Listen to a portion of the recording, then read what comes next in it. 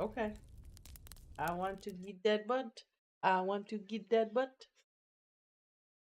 Hello, everyone. Hi, everybody. Hey, Dan. Yes, Slughorn today in the Felix Felicis. Yes. And finally, we decided we would read this chapter. And we say our final goodbye to Aragog. Everyone's favorite character. The best of spiders.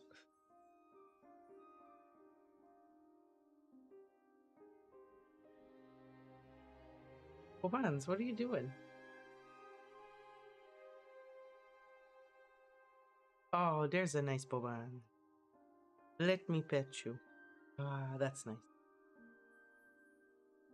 But, yeah, a lot of people really like this chapter. I really like this chapter. It's a lot of fun, so we figured, why not? Have some fun with it. Oh.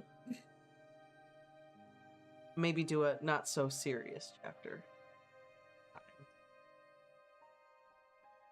And also, I kind of played with the mic settings, so let me know if it sounds good or bad.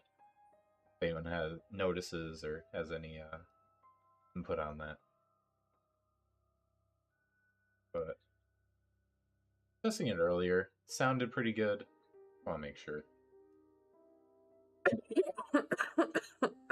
Sorry about that.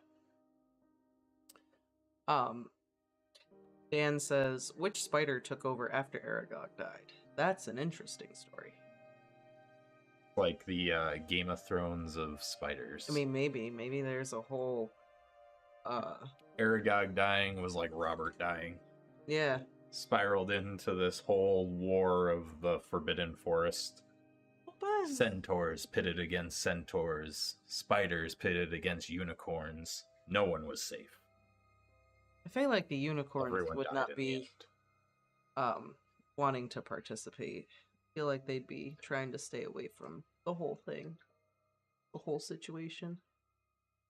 They're peaceful creatures. Yeah, we see how well that worked out for Eddard Stark. He wanted to stay away from the whole situation too. Didn't turn out too well. Well, that's true. Okay. Before we dive into it, I just gotta let Bailey out real quick. I forgot to do that before we started the stream. So we'll just hang out. We'll hang out. Me and Bobans. Because she's acting like she wants to be petted.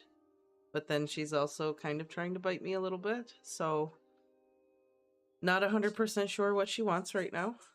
It's okay, Bobans. No, it's okay, Bobans. Don't go away. Bobans. How has everyone been? How are we all doing? You're fine. Ah!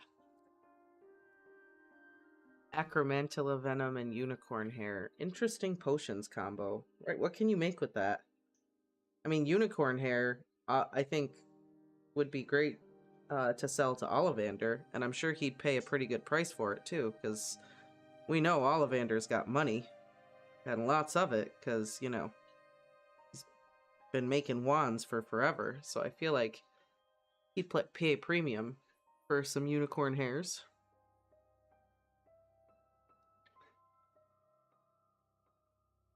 So I don't know. I don't know. Either way, if you're selling it, you make a fortune.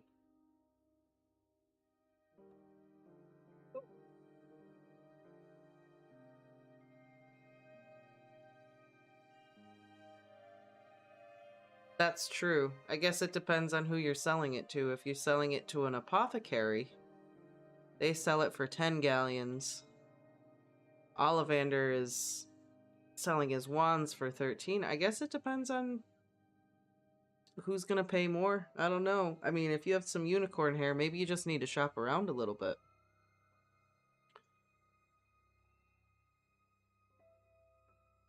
Branded B, the audiobooks are on our second channel. So if you go to our channel page, you'll see that there is a link to all of our Harry Potter readings. They're on a second separate channel now. So if you follow that link, you'll get to the second channel where all of the Potter readings are, and I believe we've got everything up to most of Order of the Phoenix. I'm not sure because I don't upload them. That's all Biggs is doing. He uploads all the videos and stuff. I just kind of sit here and read. That's all I do. I'm not the tech person. I just perform, I guess.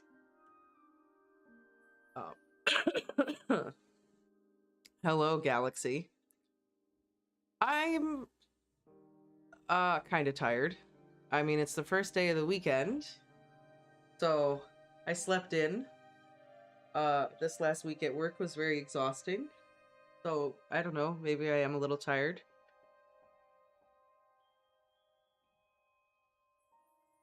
That's very strange. Well, when Biggs comes back, I'll ask him about Chamber of Secrets. Yeah, I'm the star. He's the production team. That's right. That's right. That's exactly what it is. So I don't know, I just get told, read this, read that. Like with all the young dudes, he's doing all the editing and all of that, and he just says, here, reread this part. And I go, okay, I'll reread this part. And that's about as far as it goes. That's how I do it. We have someone in the chat saying that they've checked out the second channel, but they can't see the Chamber of Secrets videos for some reason. Give me 1 sec. I'll post the link in the chat for you.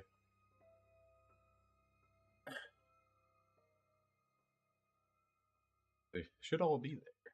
That's what I said. Oh, excuse me. Excuse you.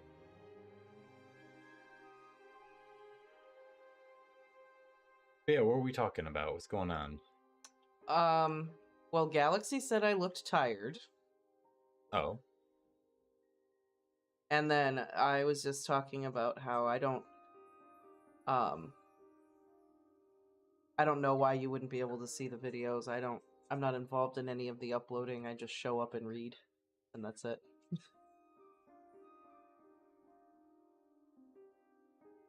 Oh, Dan is saying Chamber's not there.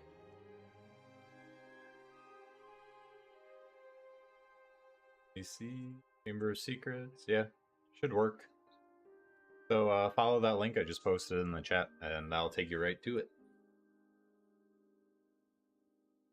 Or if it doesn't show up for any reason, let me know, and I'll figure out why, because it should be working. Worked for me. Ah! Hi, Katie. 2 to 5 isn't working. Oh, wait, go back up. 2, 3, 4, 5. 6, 7. Yeah, they're there. Yep.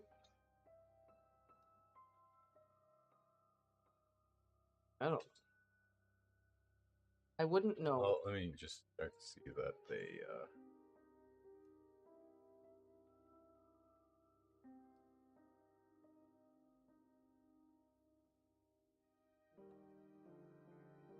I'm just gonna sit here and pet Lola. Okay. While we... You're doing great. Keep it up. I mean, Lola thinks so. She's purring away. She's having a good time. That's the band. Almost Chamber of Secrets. Chamber of Secrets. She's loving the butt scratches.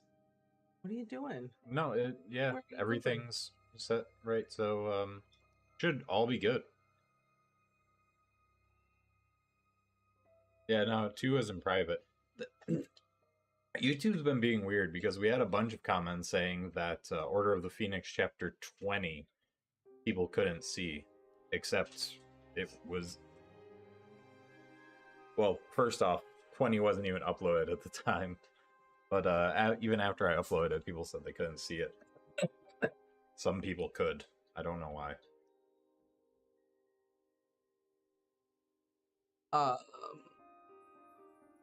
I got nothing for that. I don't know. I don't know.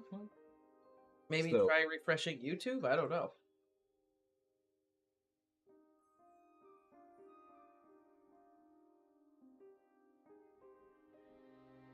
Someone's having a good time. So this chapter, after the burial. one of the best chapters, hands down. Absolutely. Oh god, I just saw zombie cattle and I was like, what? Oh. Goblet of fire. Yeah, Secrets is just not showing up. That is weird. Well, that sounds like something Biggs needs to investigate. I will have to investigate Because that. I don't know why that would happen, and I wouldn't have the first clue as to why. Oh my god, Zombie King Voldemort. See, AI is fun. I'm horrified right now. Zombie Aragog. Imagine if Aragog came back. Aragog the White Walker. I mean, there were ice spiders in Game of Thrones. Yeah, Game of Thrones lore. Song of Ice and Fire lore, I should say. Yeah. Because we never see the ice spiders in Game of Thrones. No, but we see a giant zombie polar bear for some reason. Do we? Oh, okay. Yeah. I don't know. There's a whole chunk of the show you I didn't didn't watch. Yeah. And I don't remember exactly what season it was in, where you see the big zombie polar bear, but I just remember seeing it going, what? Why can't it just be a polar bear? Aren't they used to the ice enough? Also, hello Katie and hello Kayla. Welcome. Inspired by your Harry Potter AI video, I'm working on using the AI to generate a full-length fan fiction. Oh, that's awesome. That's oh so my. great. I cannot wait to hear it. Should do AI illustrations with it too. What's the plot? Full on a book. What's the plot? Right, Lola?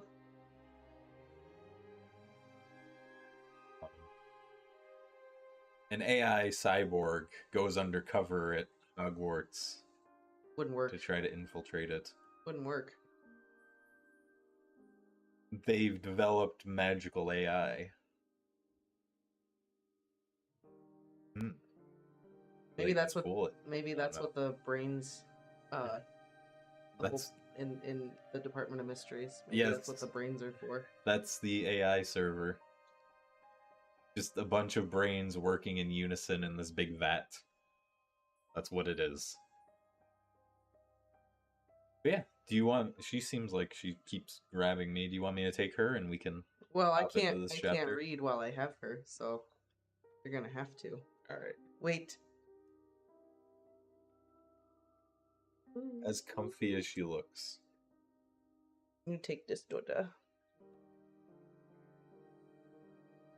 Alright, I think... Don't hurt me. I think we need a brushing. Oh my god. Oh my god, we do. Someone needs to be brushed. Oh my god, look at it all. I always get a little hair out of Lolo when I'm holding her, but wow. Yeah. You gotta... I was shellacking.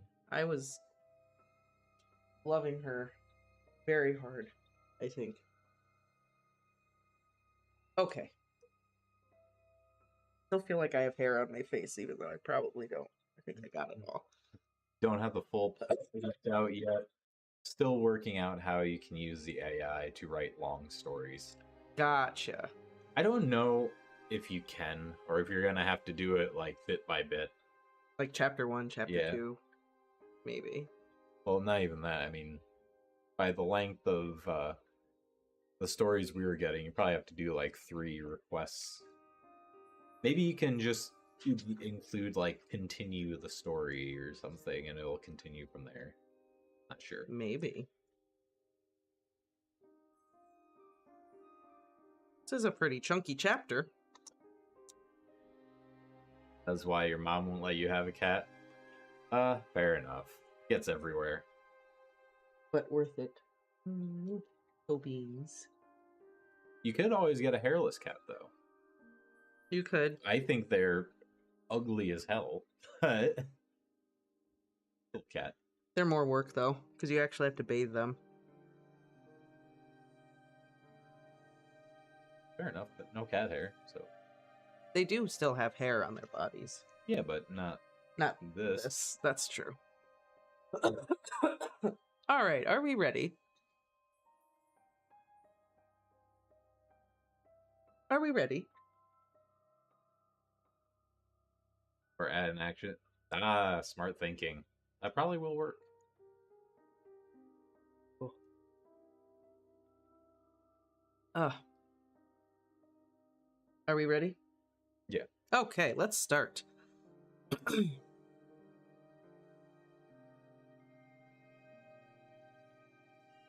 Just so everyone knows, in case anyone came in late, we are reading chapter 22 from Harry Potter and the Half-Blood Prince today.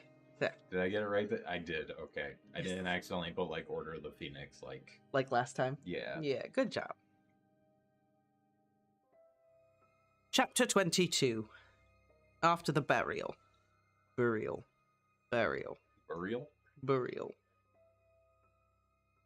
Patches of bright blue sky were beginning to appear over the castle turrets, but these signs of approaching summer did not lift Harry's mood.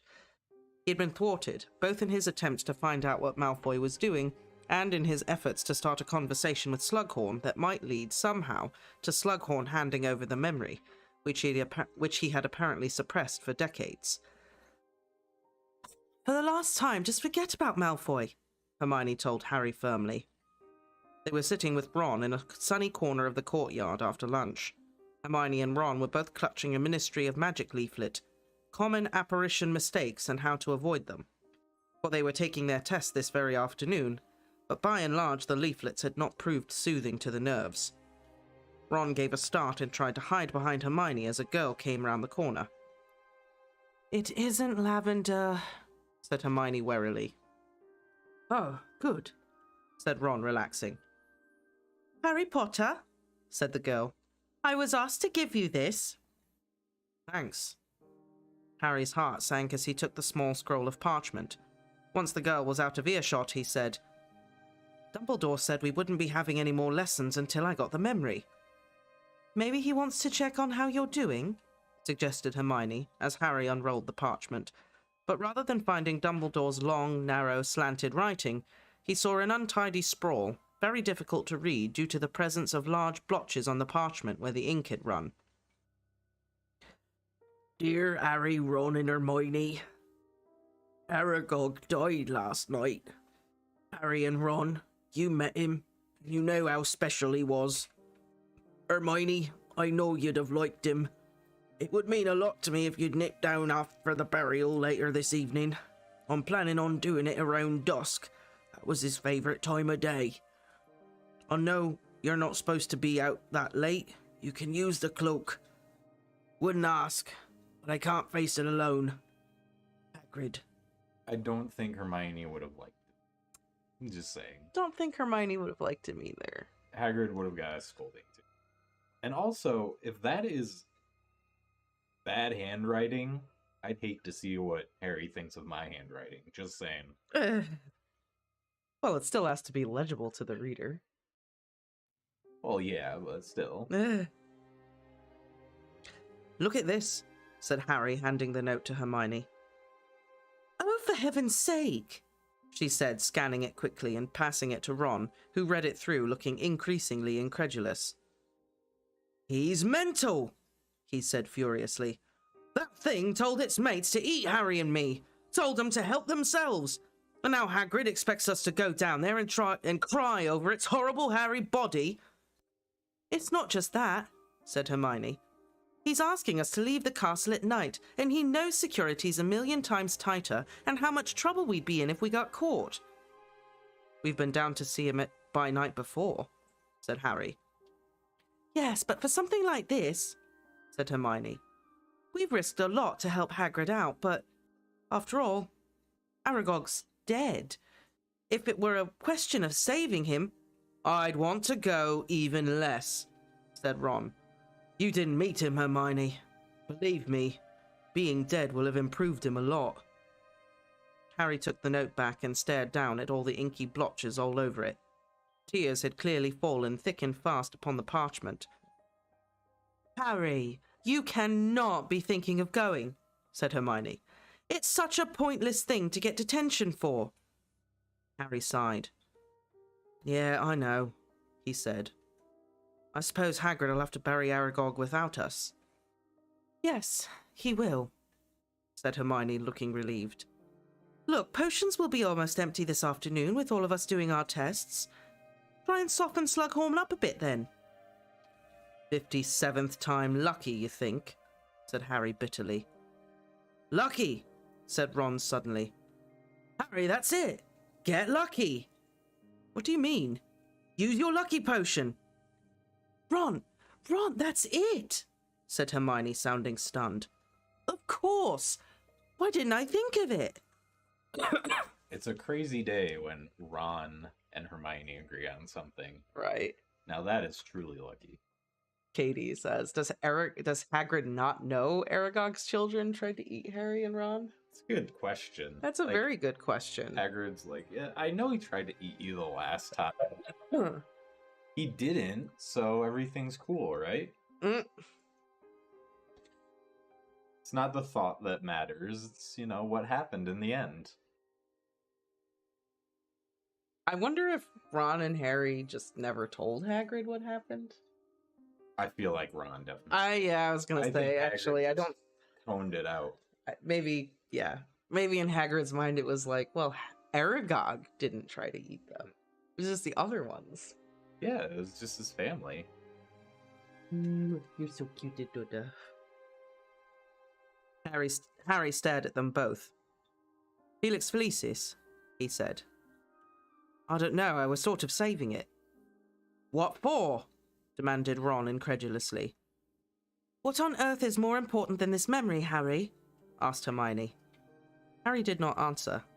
The thought of that little golden bottle had hovered on the edges of his imagination for some time, vague and unformulated plans that involved Ginny splitting up with Dean, and Ron somehow happy to see her with a new boyfriend, had been fermenting in the depths of his brain, unacknowledged except during dreams, or the twilight time between sleeping and waking.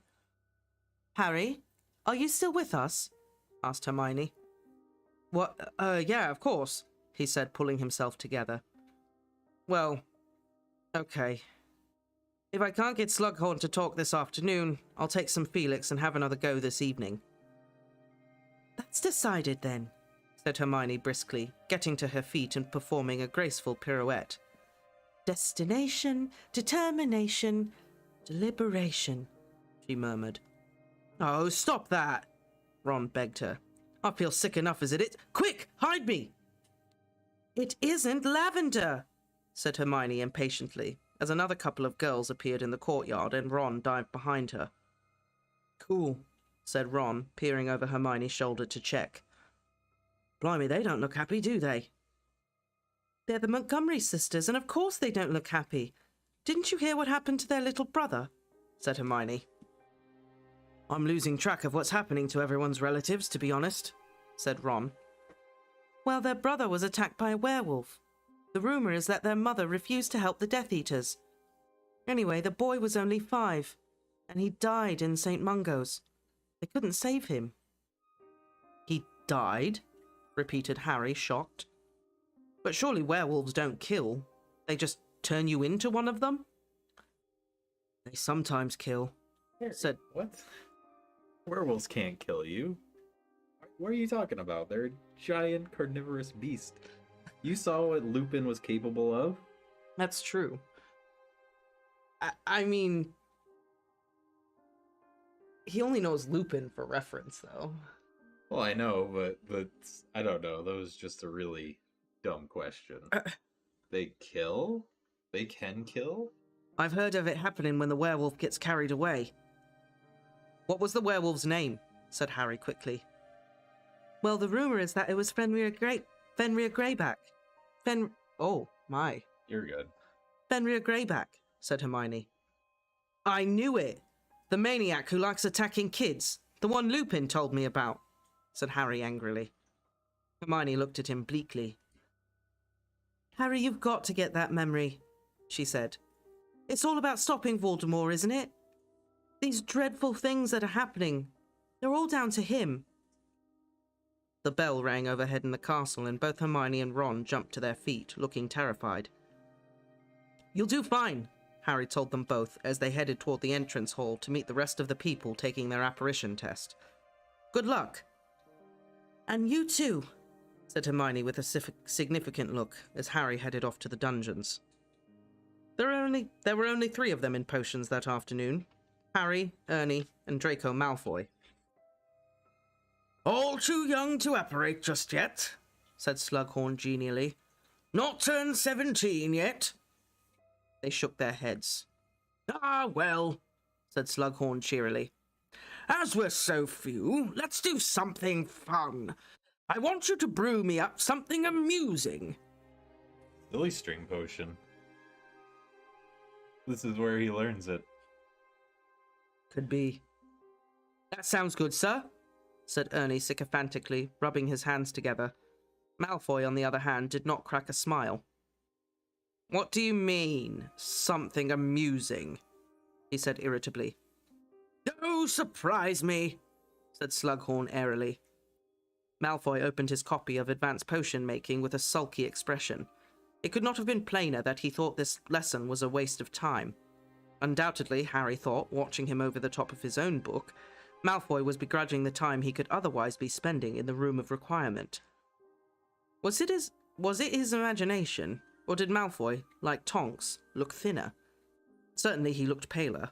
His skin still had that greyish tinge, probably because he so rarely saw daylight these days. But there was no air of smugness, excitement, or superiority.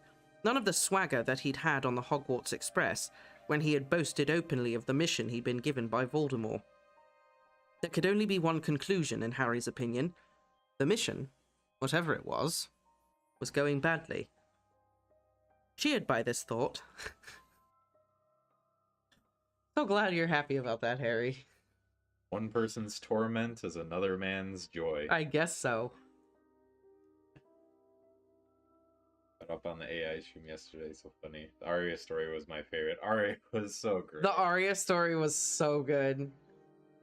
The fact that, according to AI intelligence, that is America. I know. Skyscrapers and a lot of fatty food. Right? That's America for you.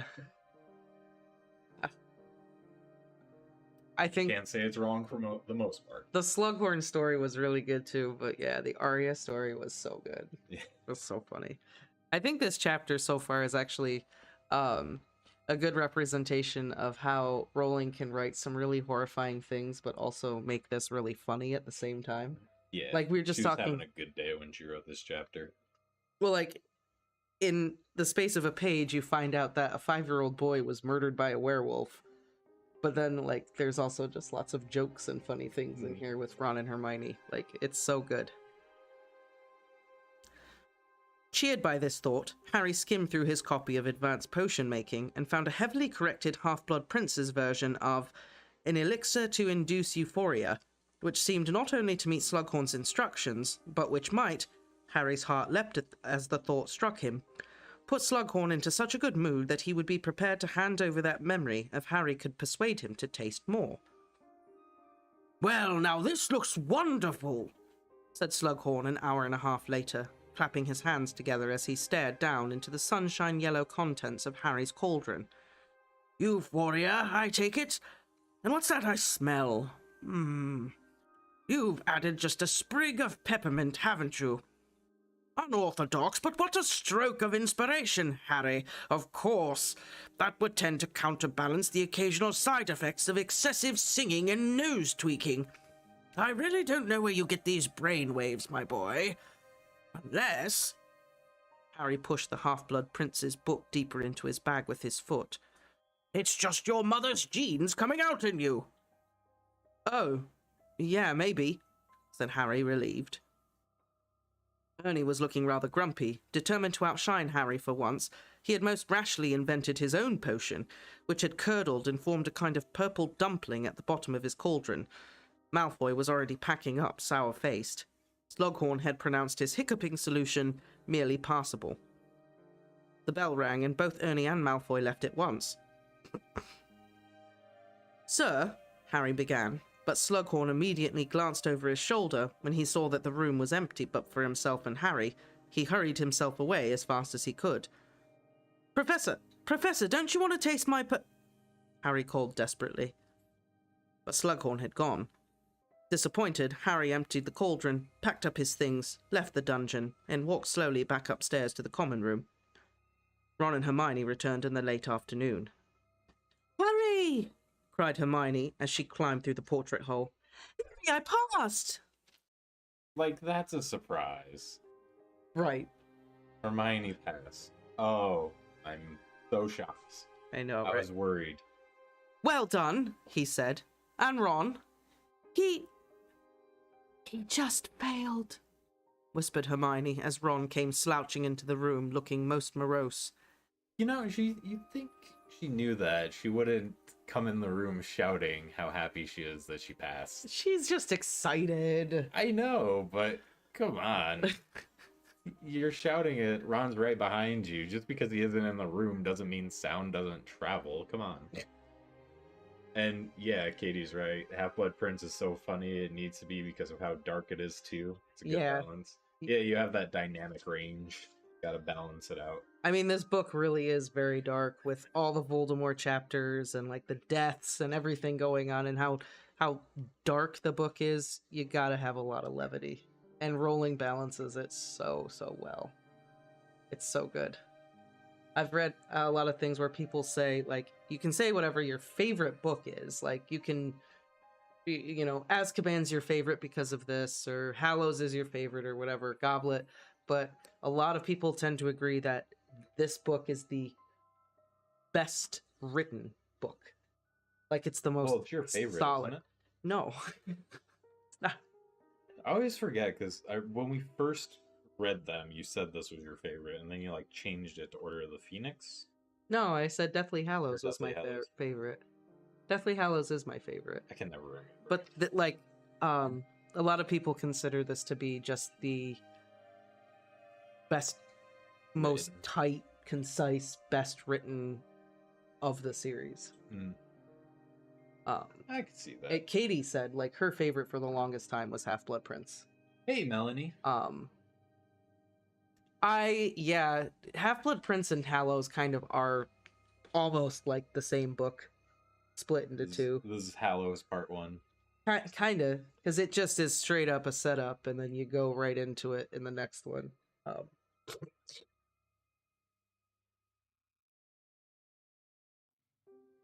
Whispered Hermione as Ron came slouching into the room looking most morose. It was really unlucky. A tiny thing. The examiner just spotted that he'd left half an eyebrow behind. How did it go with Slughorn? No joy, said Harry as Ron joined them. Bad luck, mate, but you'll pass next time. We can take it together. Yeah, I suppose, said Ron grumpily. But half an eyebrow! Like that matters! I know, said Hermione soothingly. It does seem really harsh. They spent most of their dinner roundly abusing the apparition examiner, and Ron looked fractionally more cheerful by the time they set off to the common room, now discussing the continuing problem of Slughorn in the memory. So, Harry, you going to use the Felix Felicis or what? Ron demanded. Yeah, I suppose I'd better, said Harry. I don't reckon I'll need all of it, not 24 hours worth. It can't take all night. I'll just take a mouthful. 2 or 3 hours should do it. It's a great feeling when you take it, said Ron reminiscently. Like you can't do anything wrong. What are you talking about? Said Hermione laughing. You've never taken any. Yeah, but I thought I had, didn't I? Said Ron as though explaining the obvious. Same difference, really. Placebo effect. Yeah. So do you really need to take it? Or just think that you need to take it? The luck was within you all along, Harry. That's pretty much. Just go with your gut, not the potion. The potion, I think, just brings out what Harry had in him all along. To Potion do it. just gets him high. Yeah. Makes him feel good about all his choices. Right? As they had only just seen Slughorn enter the Great Hall and knew that he liked to take time over meals, they lingered for a while in the common room, the plan being that Harry should go to Slughorn's office once the teacher had time to get back there. When the sun had sunk to the level of the treetops in the Forbidden Forest, they decided the moment had come, and after checking carefully that Neville, Dean and Seamus were all in the common room, sneaked up to the boys' dormitory. Harry took out the rolled-up socks at the bottom of his trunk and extracted the tiny gleaming bottle. "Well, here goes," said Harry, and he raised the little bottle and took a carefully measured gulp. "What does it feel like?" whispered Hermione.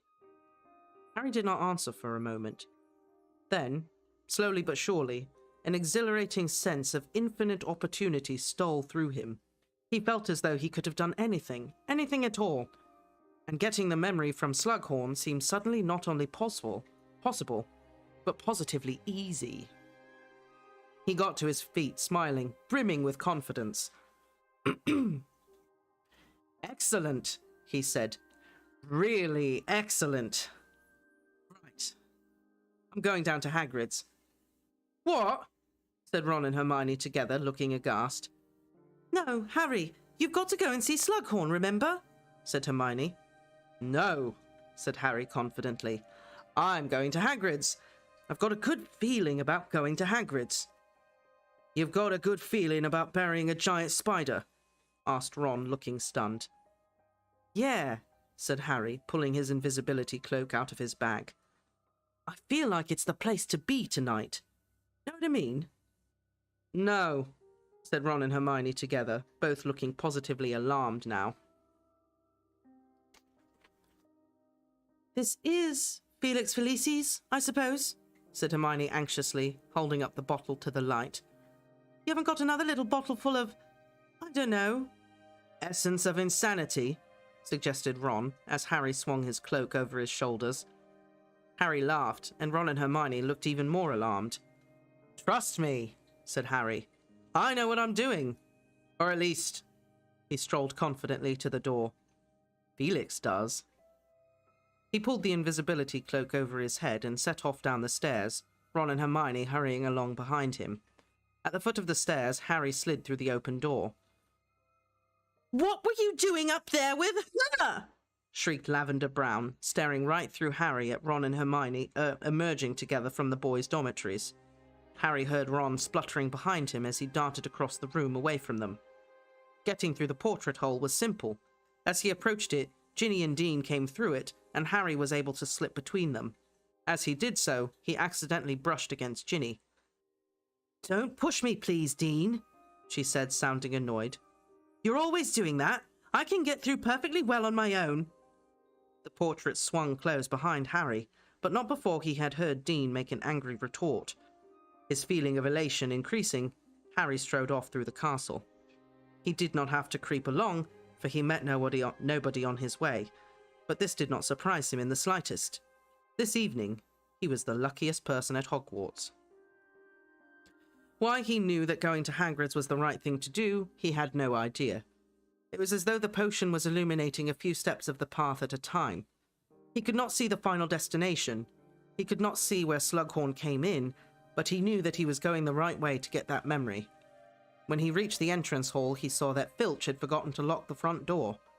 Beaming, Harry threw it open and breathed in the smell of clean air and grass for a moment before walking down the steps into the dusk. "Filch forgot to lock the door?" Like, wow, dude. That's pretty bad. That's pretty bad. I mean, we knew Filch was bad at his job. That's really So it's terrible. not shocking. When Dumbledore finds out, like, that's you didn't even lock the front door. Like, oh my gosh. Anyone could get in. Right, Bobans? Not Or should like I say there's Bobon? It's not like there's, people out there that want to sneak in and kill Harry, Dumbledore, and a bunch of other half-bloods.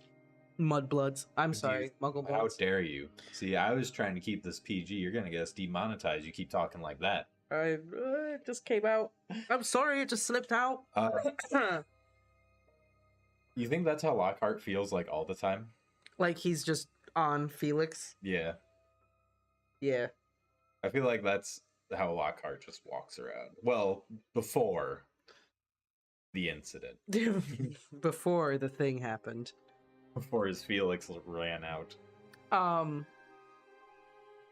I also just think it's great that, like, the whole thing is that he's going to get Slughorn's memory, and that's what it's all about. But, like, Felix does all these little things, like, it orchestrates the breakup with Lavender, and his whole plot to use Felix with Ginny, like, he didn't intentionally use the Felix to, like, get Ginny to break up with Dean, but, like, that happened to, like, incite it. Yeah. It's this great little moment. Yeah. How many times the door isn't locked? Oh, I bet you it's never locked. It wasn't even like a lucky thing. It's never locked. He just forgets all the time. Or, yeah, maybe Peeves just unlocks it all the time. Could be. It was when he reached the bottom step that it occurred to him how very pleasant it would be to pass the vegetable patch on his walk to Hagrid's. It was not strictly on the way, but it seemed clear to Harry that this was a whim on which he should act, so he directed his feet immediately toward the vegetable patch, where he was pleased, but not altogether surprised, to find Professor Slughorn in conversation with Professor Sprout. Harry lurked below a low stone wall, feeling at peace with the world, and listening to their conversation. "I do thank you for taking the time, Pomona," Slughorn was saying courteously. "Most authorities agree that they are at their most efficacious if picked at twilight." "Oh, I quite agree," said Professor Sprout warmly. "That's enough for you?" "Plenty, plenty," said Slughorn, who, Harry saw, was carrying an armful of leafy plants. "This should allow for a few leaves for each of my third years, and some to spare if anybody overstews them. Well, good evening to you, and many thanks again." Professor Sprout headed off into the gathering darkness in the direction of her greenhouses, and Slughorn directed his steps to the spot where Harry stood, invisible. Seized with an immediate desire to reveal himself, Harry pulled off the cloak with a flourish. Love that. Love that. "Good evening, Professor." "Merlin's beard, Harry, you made me jump," said Slughorn, stopping dead in his tracks and looking wary. "How did you get out of the castle?" "I think Filch must have forgotten to lock the doors," said Harry cheerfully, and was delighted to see Slughorn scowl. "I'll be reporting that man. He's more concerned about litter than proper security, if you ask me. Why are you out here, Harry?" "Well, sir, it's Hagrid," said Harry, who knew that the right thing to do just now was to tell the truth. "He's pretty upset. But you won't tell anyone, Professor. I don't want trouble for him." Slughorn's curiosity was evidently aroused. I love how Harry says that in a way that's not a question. He just knows. You won't tell anyone. Because he knows Slughorn's just going to bite. Does it put it as a question? No. Okay. Oh, no, but you won't tell anyone, Professor. It's a question. Oh, okay. It is a question. The way you read it, it sounded like a statement. Like, oh, I see what he did there. Like he knew. "He's pretty upset, but you won't tell anyone, Professor. I don't want trouble for him." That better? Yeah, that's better. Slughorn's curiosity was evidently aroused. "Well, I can't promise that," he said gruffly. "But I know that Dumbledore trusts Hagrid to the hilt, so I'm sure he can't be up to anything very dreadful." "Well, it's this giant spider. He's had it for years. It lived in the forest. It could talk and everything." "I heard rumors that there were acromantulas in the forest," said Slughorn softly, looking over at the mass of black trees. "It's true, then?" "Yes," said Harry. "But this one, Aragog, the first one Hagrid ever got, it died last night. He's devastated. He wants company while he buries it, and I said I'd go." "Touching, touching," said Slughorn absent-mindedly, his large droopy eyes fixed upon the distant lights of Hagrid's cabin. "Acromantula venom is very valuable. If the beast only just died, it might not have dried out. Of course, I wouldn't want to do anything insensitive if Hagrid is upset, but if there was any way to procure some, I mean, it's almost impossible to get venom from an acromantula while it's alive. Slughorn seemed to be talking more to himself than Harry now. Seems an awful waste not to collect it. I just get 100 galleons a pint. To be frank, my salary is not large. 100 galleons a pint? Oh my god! It's pretty good. That's pretty good! Jeez! Oh my god! Ron needs to start liking spiders. Right! Oh my god! 100 galleons! Oh my god! I'm sorry. The financial weight of that really just hit me for the first maybe time. Maybe each spider only produces like half a pint or something. I think it actually tells you how much you get out of it. How much they get out of Aragog. I mean, a pint is... I don't know. The spider was pretty big. I feel like you measure could a get... pint, honestly, in like a takeout container. Like, you know, you order a pint of lo mains. That's how I think of a pint. So it's quite a bit. I think of the little milk containers. Like a pint. Either way. You know, I feel like a spider that size has lots of it. Probably. Like gallons, potentially. So yeah, Slughorn probably... This is why Slughorn didn't come back. He's been doing this. It wasn't about the curse or anything. He just got that Slughorn, or not Slughorn venom. Side market going. Side market, yeah. Yeah.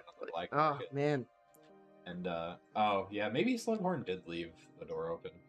We'll give Filch the benefit of the doubt and say that Slughorn left the door unlocked when he went out to talk to Sprout. Yeah, maybe that's Slughorn saying, I better talk to that guy, blah, blah, blah. Maybe that's Slughorn covering his butt because he left it unlocked. Yeah. I don't think Hagrid thinks about money either. How rich is Hagrid? Probably not very. No. Because I don't think... Maybe he does. Maybe he knows all this, and I feel like Hagrid is rolling in it. I don't think so. I don't think Hagrid looks at animals that way. How does he afford all that beer? The man drinks a keg a day. A keg is like a cup to him. I'm aware. A keg is a pint for Hagrid. I mean... How do you think he affords it all? He's an employee at Hogwarts. I'm sure he's got something worked out with Aberforth down at the Hog's Head. Is Dumbledore's brother, after all. Acromantia venom. The school pays for his alcoholism.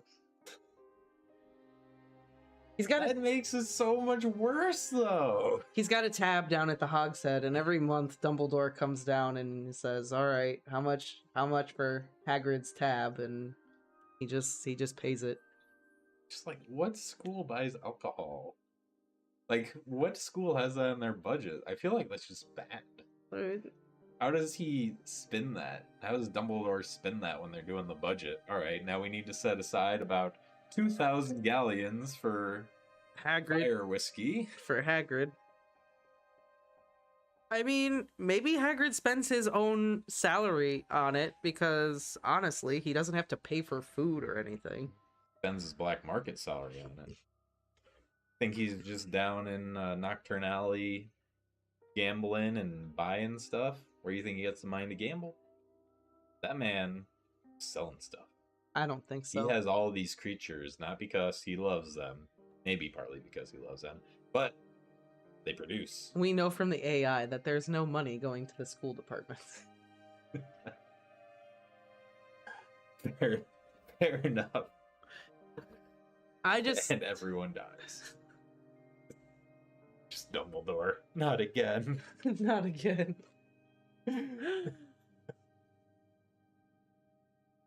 Yeah. There's like the thing is like the UK and European attitude towards alcohol is totally different than it is in the United States. Like Slughorn gives Harry a drink of something. He gives Ron a drink of something. Like, they all drink all the time. Like, they always drink at dinner, because you'll see things like McGonagall's cheeks looked very pink at dinner.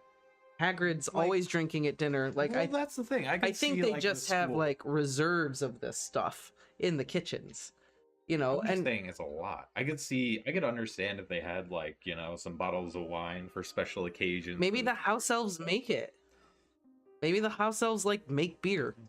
And they have like a store of like stuff. They could. Maybe. Trelawney's always drinking sherry, like especially in this book. There's like a lot of alcohol consumed in this book.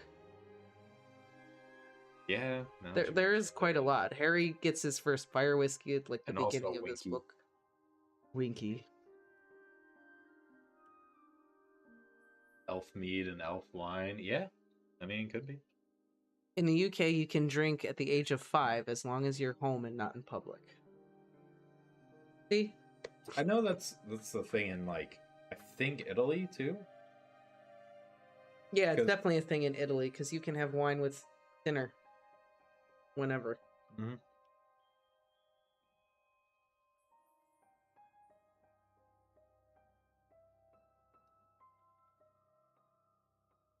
Living in a society where I couldn't drink alcohol till I'm 21, I'm just like, what? Right.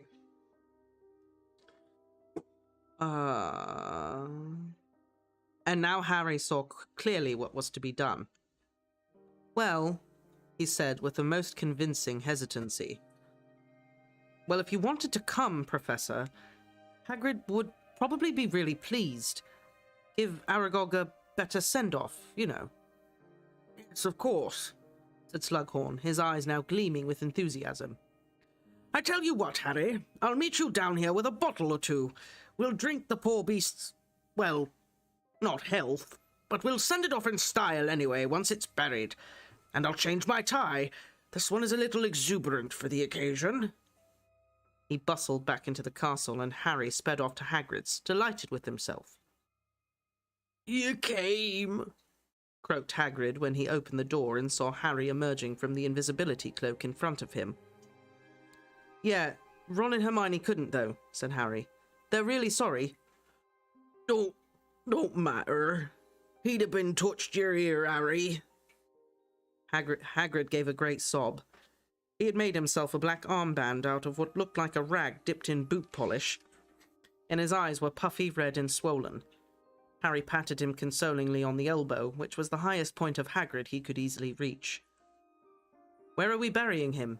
He asked. The forest? Blimey, no, said Hagrid, wiping his streaming eyes on the bottom of his shirt. The other spiders won't let me anywhere near their webs now Aragog's gone. Turns out it was only on his orders they didn't eat me. Can you believe that, Harry? Shocked. The honest answer was yes. Harry recalled with painful ease the scene when he and Ron had come face to face with the acromantulas. They had been quite clear that Aragog was the only thing that stopped them from eating Hagrid.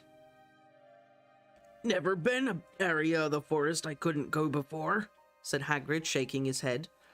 It weren't easy getting Aragog's body out of there, I can tell you. They usually eat their dead, see? But I wanted to give him a nice burial. A proper send-off.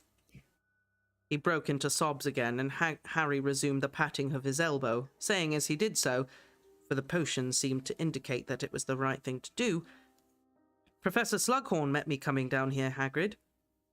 Not in trouble, are you? Said Hagrid, looking up alarmed. You shouldn't be out of the castle in the evening, I know it. It's my fault. No. When he heard what I was doing, he said he'd like to come and pay his respects to Aragog too, said Harry. He's gone to change into something more suitable, I think, and he said he'd bring some bottles so he can drink to Aragog's memory. Did he? Said Hagrid, looking both astonished and touched. That's right nice of him, that is. And not turning you in either. I've never really had a lot to do with Horace Slughorn before. Coming to see all Aragog off, though, eh? Well, he would have liked that, Aragog would. Harry thought privately that what Aragog would have liked most about Slughorn was the ample amount of edible flesh he provided, but he merely moved to the rear window of Hagrid's hut, where he saw the rather horrible sight of the enormous dead spider lying on its back outside, its legs curled and tangled. Are we going to bury him here, Hagrid, in your garden? Just beyond the pumpkin patch, I thought, said Hagrid in a choked voice. I've already dug the, grave. Just thought we'd say a few nice things about him. Happy memories, you know. His voice quivered and broke. There was a knock on the door, and he turned to answer it, blowing his nose on the great spotted handkerchief as he did so. Slughorn hurried over the threshold, several bottles in his arms, and wearing a sombre black cravat. Hagrid, he said in a very deep, grave voice. So very sorry to hear of your loss. That's very nice of you, said Hagrid. Thanks a lot, and thanks for not giving Harry detention neither. Wouldn't have dreamed of it, said Slughorn. Sad night, sad night. Where is the poor creature? Out there, said Hagrid in a shaking voice. Shall we do it then? The three of them stepped out into the back garden. The moon was glistening palely through the trees now.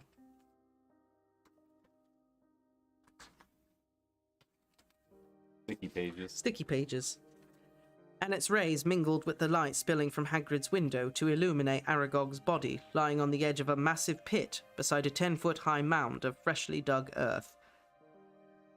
Magnificent, said Slughorn, approaching the spider's head, where 8 milky eyes stared blankly at the sky, and 2 huge curved pincers shone, motionless, in the moonlight. Harry thought he heard the tinkle of bottles as Slughorn bent over the pincers, apparently examining the enormous hairy head.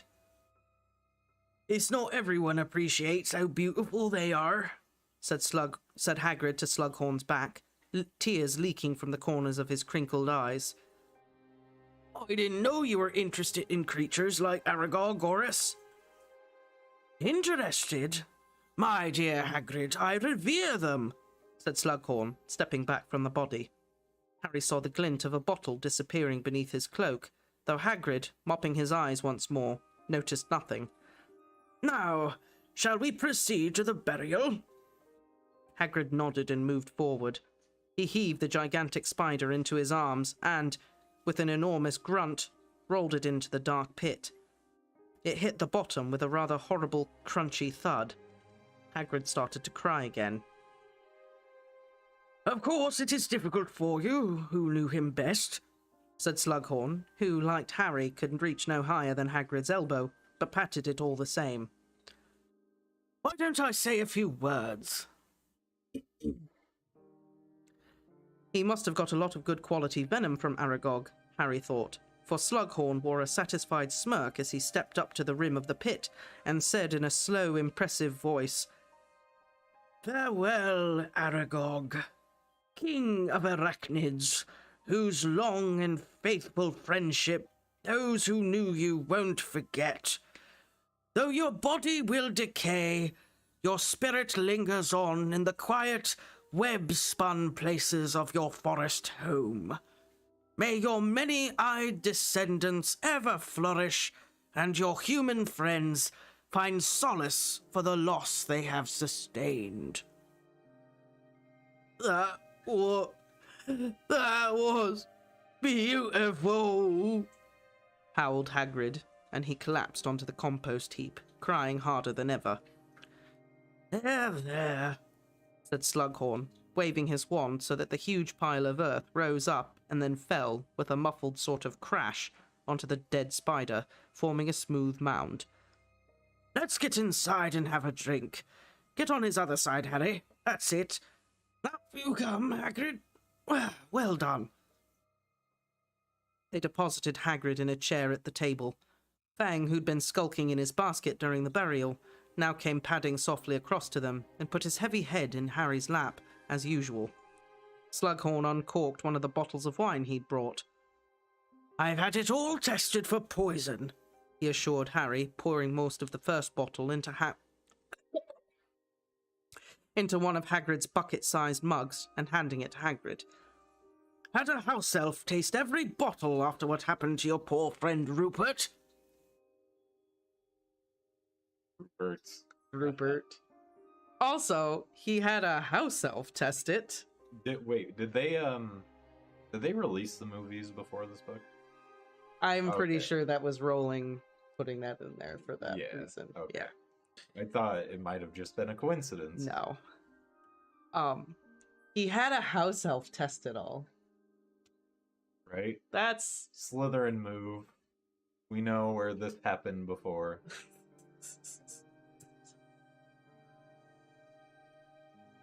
Harry saw in his mind's eye the expression on Hermione's face if she ever heard about this abuse of house elves, and decided not to mention it to her.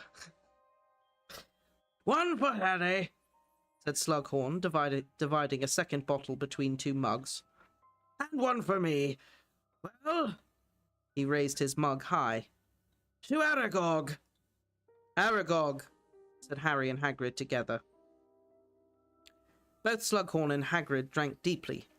Harry, however, with the way ahead illuminated for him by Felix Felicis, told him he must not drink, so he merely pretended to take a gulp and then set the mug back down on the table before him.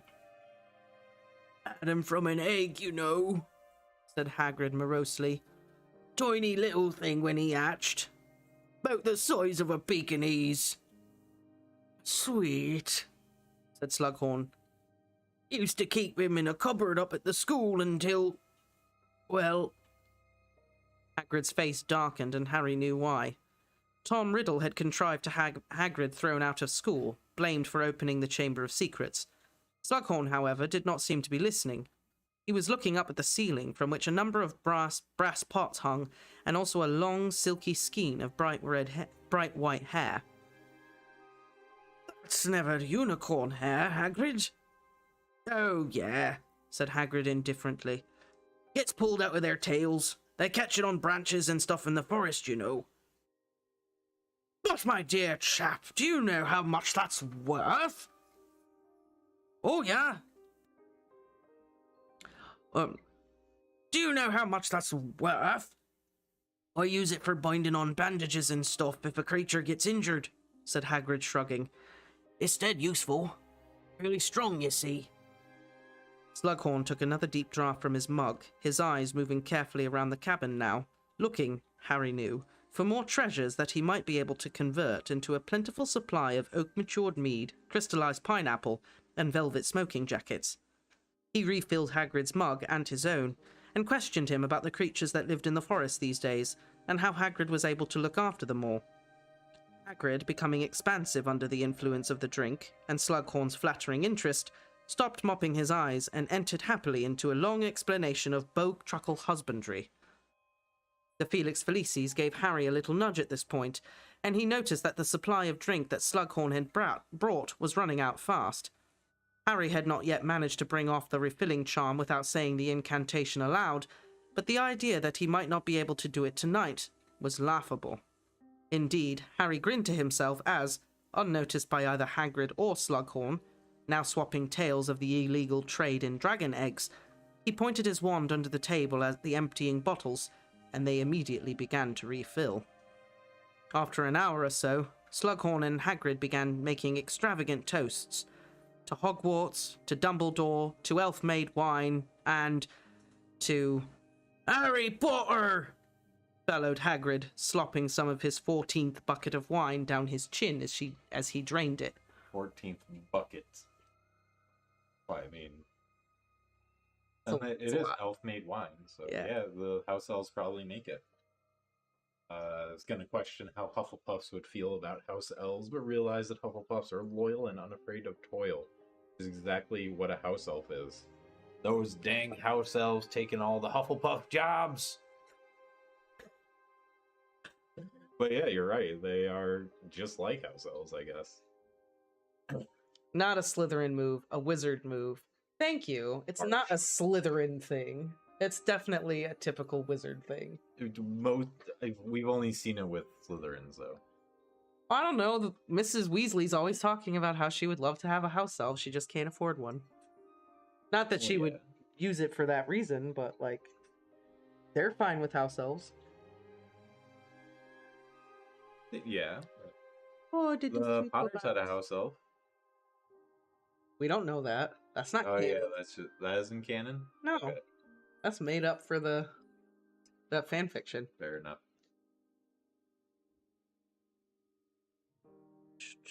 "Yes, indeed," cried Slughorn a little thickly.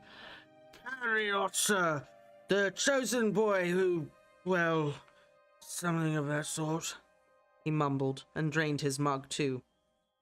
Not long after this, Hagrid became tearful again and pressed the whole unicorn tale upon Slughorn, who pocketed it with cries of, "To friendship, to generosity, to 10 galleons a hair!" Wow. Wow. That's a lot. It is a lot. And for a while after that, Hagrid and Slughorn were sitting side by side, arms round each other, singing a slow, sad song about a dying wizard called Odo. "Oh, the good are young," muttered Hagrid, slumping low onto the table, a little cross-eyed, while Slughorn continued to warble the refrain. "My dad were no age to go, nor were your mum and dad, Harry." Great fat tears oozed out of the corners of Hagrid's crinkled eyes again. He grasped Harry's arm and shook it. Best whiz and witcher of their age I never knew. Terrible thing. Terrible thing.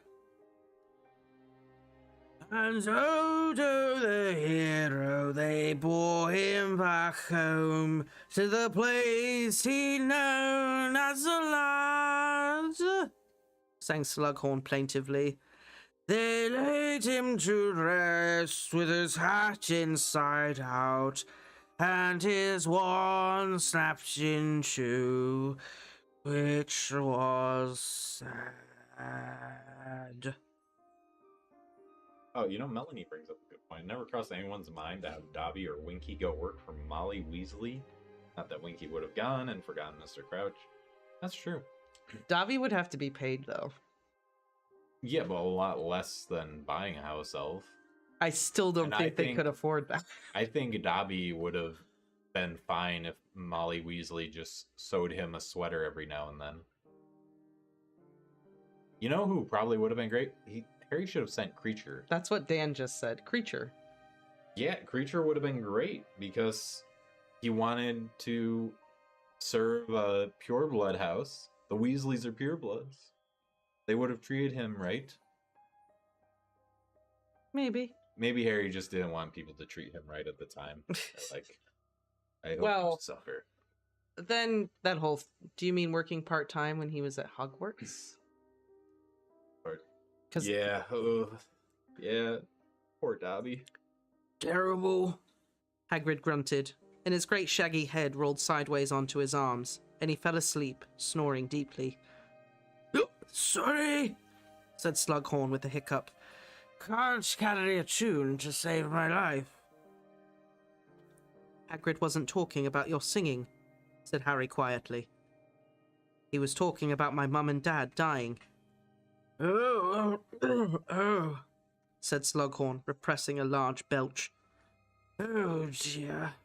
Yes, that was terrible indeed. Terrible. Terrible." He looked quite at a loss for what to say and resorted to refilling their mugs. I don't suppose you remember it, Harry?" he asked awkwardly. "No. Well, I was only 1 when they died," said Harry, his eyes on the flame of the candle flickering in Hagrid's heavy snores. "But I've found out pretty much what happened since. My dad died first. Did you know that?" I didn't," said Slughorn in a hushed voice. "Yeah. Voldemort murdered him, then stepped over his body towards my mum," said Harry. Slughorn gave a great shudder, but he did not seem to be able to tear his horrified gaze away from Harry's face. "He told her to get out of the way," said Harry remorselessly. "He told me she needn't have died. He only wanted me. She could have run." "Oh dear," breathed Slughorn. She needn't. That's awful." "It is, isn't it?" said Harry in a voice barely more than a whisper. "But she didn't move. Dad was already dead, but she didn't want me to go too. She tried to plead with Voldemort, but he just laughed. "That's enough," said Slughorn suddenly, raising a shaking hand. "Really, my dear boy, enough. I'm an old man. I don't need to hear. I don't want to hear." "I forgot," lied Harry, Felix Felicis leading him on. "You liked her, didn't you?" "Liked her?" said Slughorn, his eyes brimming with tears once more.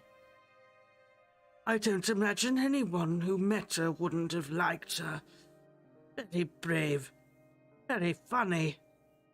It was the most horrible thing." "But you won't help her son," said Harry. "She gave me her life, but you won't give me a memory." Hagrid's rumbling snores filled the cabin. Harry looked steadily into Slughorn's tear-filled eyes. The potions master seemed unable to look away. "Don't say that," he whispered. "It isn't a question. If it were to help, of course, but no purpose can be served." "It can," said Harry clearly. "Dumbledore needs information. I need information." He knew he was safe. Felix was telling him that Slughorn would remember nothing of this in the morning. Looking Slughorn straight in the eye, Harry leaned forward a little. "I am the Chosen One. I have to kill him. I need that memory." Slughorn turned paler than ever. His shiny forehead gleamed with sweat. "You are the Chosen One?" "Of course I am," said Harry calmly. "But then, my dear boy, you're asking a great deal. You're asking me, in fact, to aid you in your attempt to destroy—" "You don't want to get rid of the wizard who killed Lily Evans?" Harry, of course I do, but—" "You're scared he'll find out you helped me?" Slughorn said nothing. He looked terrified. "Be brave like my mother, Professor." Slughorn raised a pudgy hand and pressed his shaking fingers to his mouth. He looked for a moment like an enormously overgrown baby. "I am not proud," he whispered through his fingers. "I am ashamed of what that memory shows. I think I may have done great damage that day." "You'd cancel out anything you did by giving me that memory," said Harry. "It would be a very brave and noble thing to do." Hagrid twitched in his sleep and snored on.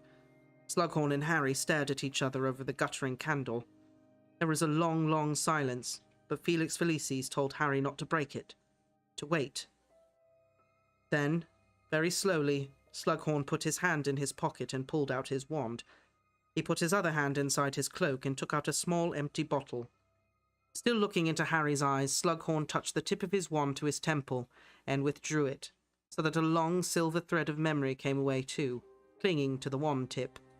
Longer and longer the memory stretched until it broke and swung, silvery bright, from the wand.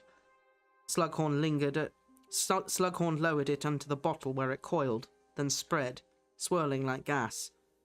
He corked the bottle with a trembling hand and then passed it over the table to Harry. "Thank you very much, Professor." "You're a good boy," said Professor Slughorn, tears trickling down his fat cheeks into his walrus moustache. "And you've got her eyes. Just don't think too badly of me once you've seen it." And he too put his head on his arms, gave a deep sigh, and fell asleep.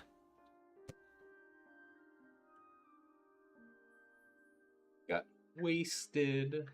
Yes, he did. Hopefully he doesn't have an early morning class. Yeah.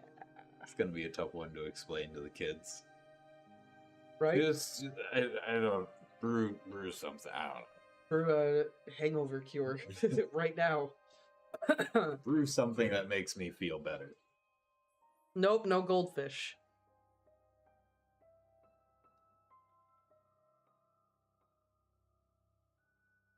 They were bad and unnecessary. Yeah, So me many. too. Those are the ones that stick in my brain too. When I think about additions that are good, it's very hard. I feel like the goldfish thing was a nice little touch. That was a good addition. Like one of the only good things about Half-Blood Prince, because the rest of it is trash. Well, come on, you had to do this scene, right? I mean, there were other scenes that they had to do right, and they didn't. So, I know, but this scene's just the greatest. I mean, the cave.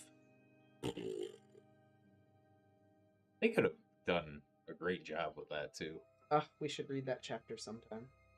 Okay, I mean, we're gonna have to find something to read for next week, so it's always that. That chapter is so scary and creepy and well written and good, and I'm surprised there hasn't. There probably is like a fan fiction where all the Inferi in there get out and starts a zombie apocalypse. But they're not zombies. No, but they're kind of the magical zombies. They don't eat brains or anything. They're under the wizard's control. They're just animated corpses. Well, They're not zombies. In the true sense Well, of the what a fictional zombie thing. is. Could be some lore where if the wizard dies, then they are broken free, but they stay. Magically moving. I don't think so. I don't think so either, but I'm just saying for the fan fiction. Make it work. Wow. Okay.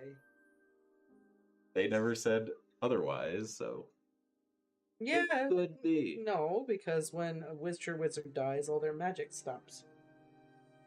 Says who? It says the books! Oh, okay. It's in the books! It's the rules! Yeah, but you know what? The movies have proven it's that in the this- books don't matter. It's in this book! The movies have taught me anything. The books don't matter. Yeah, not explaining the Horcruxes properly, I think, was one of the biggest sins of that movie. Probably one of the worst things about Half-Blood Prince was they didn't explain what Horcruxes really were very well at all. It's basically, yeah, figure it out. Or go read the books. Which set We movies, don't got time for this. which made the setup for movie 7 even harder.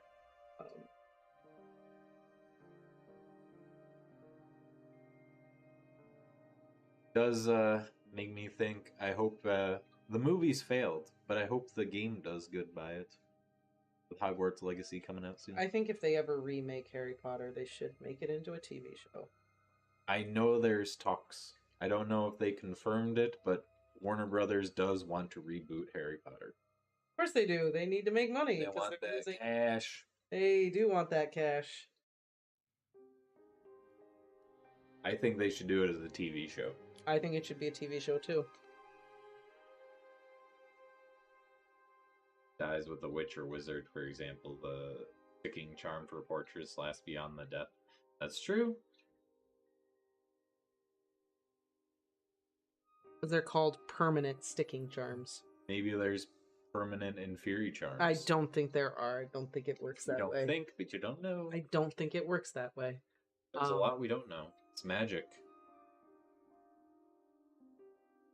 I don't think in theory apply to this. We don't. Little, that's, all right. Well, I don't think so. I would bet money on that. To the AI! No. Write me a Harry Potter zombie apocalypse story. The Weasley house blowing up was really awful too. Yeah, that was so bad. So bad. Ugh. BBC. Oh, They reboot. yeah, one season per novel, I think would be good. Maybe even more for some of the later novels. Like I was gonna say one Deathly season Hallows. for like the first 3, but once you get to like 4 and 5, you'd either have to do 2 seasons or long seasons. I think like 4 and 5 are so huge, you'd have to do potentially like 2 seasons. That's true in Game of Thrones when the Night King dies. So do all the White Walkers. Oh, I would love to see the BBC do Harry Potter. Oh, that'd be great. Animation would also be freaking cool. Harry Potter animated. Oh my god. Yes, please. I think they should do it that way because you could make it look however you want. However you want. The magic would be awesome if you did it animated.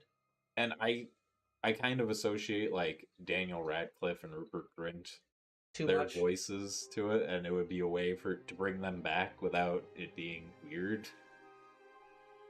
30-year-old dudes playing, 14-year-old characters. Well, you'd have to get all new kids if you did it live action and all that. Yeah.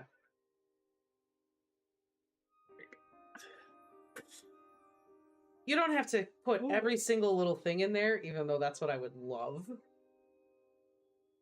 But if you did a TV show, you'd have that as an option. You could fit all that. You could fit everything in there, and at least put in everything you need to put in for the story to make sense. Like, ugh. And with animation, you wouldn't have to worry about the kids growing up too fast. So you wouldn't have the pressure to film too quickly because they'd just be behind the scenes reading. Yeah. Also, maybe I could play a part. Let me audition for any of the characters, please and thank you. Dumbledore. Or no, Snape.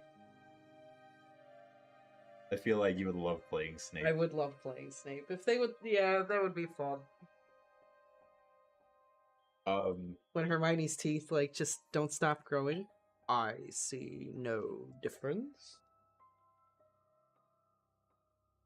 I would love to play a part. Are you kidding? Yeah, I mean, that would be cool too if there were just cameos from the old cast, like Ron plays Arthur or something, or Percy. Yeah, that would be cool. Not Ron, Rupert Grint. Yeah, I know what you mean. Dan says no, I have to play Umbridge. I mean, I would have a lot of fun playing Umbridge. That too, yeah. I would also love to play Voldemort. I think the only saving grace that a new adaptation of Harry Potter might have is my love of The Last of Us. No one's watched that on HBO. It looks like it's going to be an awesome series. And they did justice to that adaptation. That's true. Warner Brothers, though, the thing that worries me about readapting Harry Potter is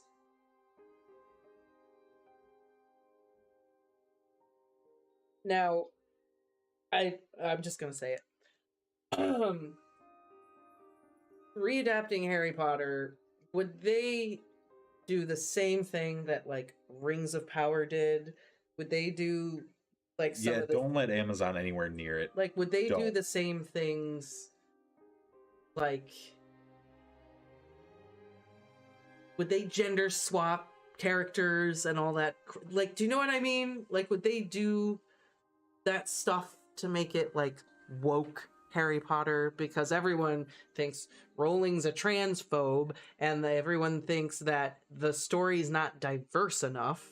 So then would they remake it and be like, we have to put a trans character in the show, and we have to have this and this and this and this, when it's not the story?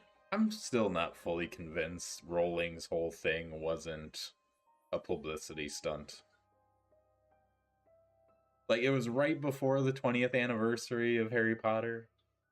I mean, it kind of hurt her image, but as far as Harry Potter sales and everything, it made everything skyrocket, and Harry Potter was mainstream again.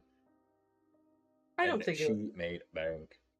I'm just saying, would they do even that? With the boycott? I don't know, because even with the boycotts on Hogwarts Legacy, it's the best-selling game right now. I know, and it hasn't even released. I know. It still has 3 weeks to go. That would be my concern if they decided to readapt Harry Potter. She didn't need more sales. That's what I'm but saying. I don't think it was a Maybe Harry she Potter wanted sells it. itself. I don't think so. I don't think it's a publicity. Jeff Bezos doesn't need any more money, but do you think that's going to stop him from This is making not it? this is not a rolling discussion because I don't want to get on the rolling conversation. I don't either. I'm just saying. I don't think You were was a talking about publicity her stunt. anti-gender stuff. Well, I just said everyone thinking she's a transphobe. First author billionaire, yeah. And the first person to lose their billionaire status from donating all the money. She is. She's just very passionate about women's rights. That's all it is she's not a transphobe. She is very women's rights active. Mhm. But anyway, my point was, are they going to do that with Harry Potter if they decide to re-adapt it? Are they going to make it woke Harry Potter? How would they make it? I don't know, but I mean... Like, how would they make it woke in a way that would interfere with the story? Because, hey, like, there are certain characters where they could be any race, because they're never really Right, described there as are a lot of Harry specific. himself could even be, like, dark-skinned. Mhm. He has green eyes and black hair. He could be a dark-skinned kid. I mean doing things to, like, blatantly shove it in your face. That's all I'm saying. Like, make Dumbledore a woman. Yeah! Meryl Streep plays Dumbledore. Make McGonagall a dude. Or make McGonagall, like, non-binary. Or something. You know what I mean? Just, like, very purposefully do this thing to say, look, you're represented now, here you go. Rather than having it be organic and just for the story. Again, I don't care about any of that stuff as long as it's not described in the story a certain way. Yeah. So many characters have black hair. So many, like, no, she doesn't really mention skin color, and when she does, That's what I mean. like, it's very obvious when she mentions skin color, like with Ron. He's a redhead. Like, that's pretty obvious. Yeah. He's a pale white kid with red hair and freckles. But, like, Hermione, it's not specified. Like, Harry, it's not specified. There's a lot of characters where it's not specified at all what their skin color is or whatever. Well, that's why I'm asking. But I'm because saying, you're like, make it woke, but there's a lot of leeway that they could have where it may come across as Right. that, but it's not really. I just mean doing things like blatantly gender swapping characters or blatantly doing things like that. Like making Dumbledore a lady. That kind of thing. Oh. That kind of thing. That's all I'm talking about. Don't do that. It's not canon. It's not canon. I will be pissed. I will be pissed.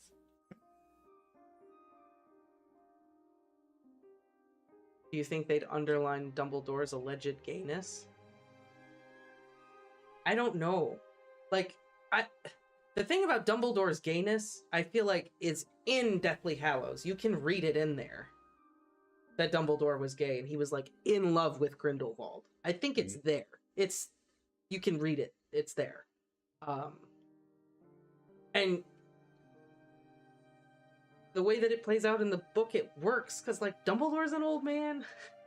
You know, like, it's when he talks about Grindelwald, it's like you feel it and it's subtle and it's beautifully sad in that way. Mhm. Are you gonna then, like, scream it off the rooftops if you redo the show?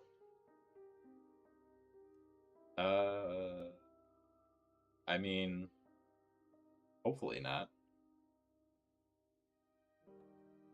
I mean, you'd have to do it, it's better to show and not tell, so you'd have to do it in a way where it kind of shows it, but you can't just make him wear rainbow robes all the time either, you know? Or, like, have a scene with, like, a flashback scene of him and Grindelwald kissing each other or something.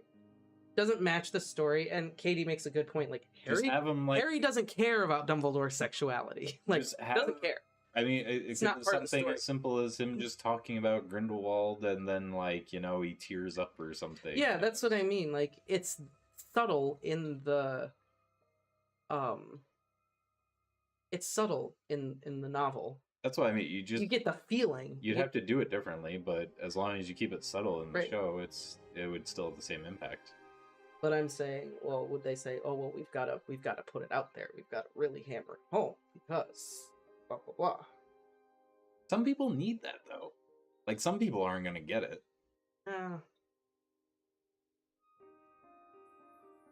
Right, we don't hear about that. From what I know, the male-female character ratio of Harry Potter's is 60-40 already. Not really much need to gender swap characters. Or actually have Beauxbaton boy students and Durmstrang girl students.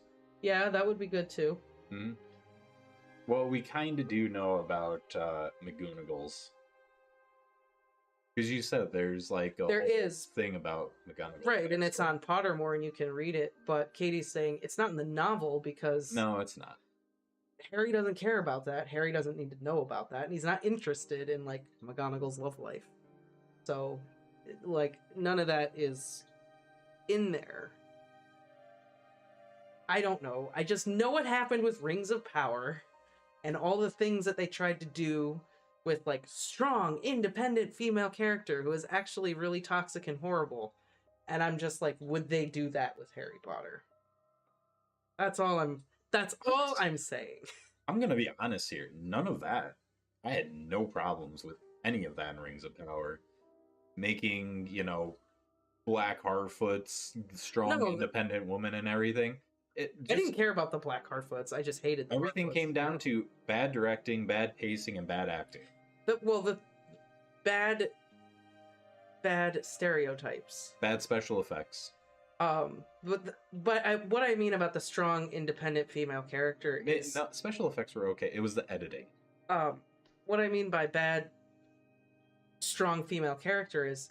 I like a strong female character, but Galadriel was narcissistic, she was cold, she was almost like a villain in some ways, her thirst for vengeance and blood, she was so OP.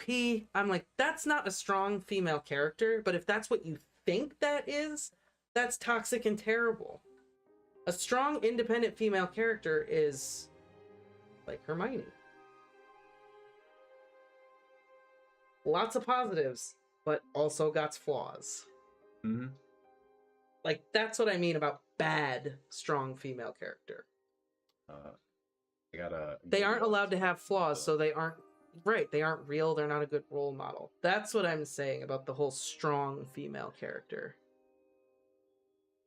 I like what Melanie said, the Goldilocks vibe. Durmstrang is too male, Beauxbaton is too female, and Hogwarts is just right. The perfect balance. These are just things that I like take away from like a lot of what shows are doing right now with the whole strong female character thing, and I'm just like that would worry me a little bit. Like if they're trying to do these things, if they decide to readapt it, that would be my concern, is that they're gonna... Well, the problem with the shows isn't that they're trying to make a strong female character. It's because they don't go all in. They try to take the easy way out. They're trying to just put a female into this male character's place without changing anything else about the story. Or, like you said, just taking a woman and giving her too many of the alpha male characteristics. Right. And why can't we just say that, like, alpha male characters are not interesting, they're kind of toxic, they're two-dimensional. Like, stop it. Yes, Katie's like, yes. And yeah, that's exactly what they're doing. They're taking an alpha male character and putting boobs on it. Hmm? No! It's just... Stop! It's just the lazy way of doing, It's basically... inclusive film. It's here. This is this character. We're gonna make it a woman. Here's your representation. Now you can't complain because you're represented. Now here it is. No! Ugh.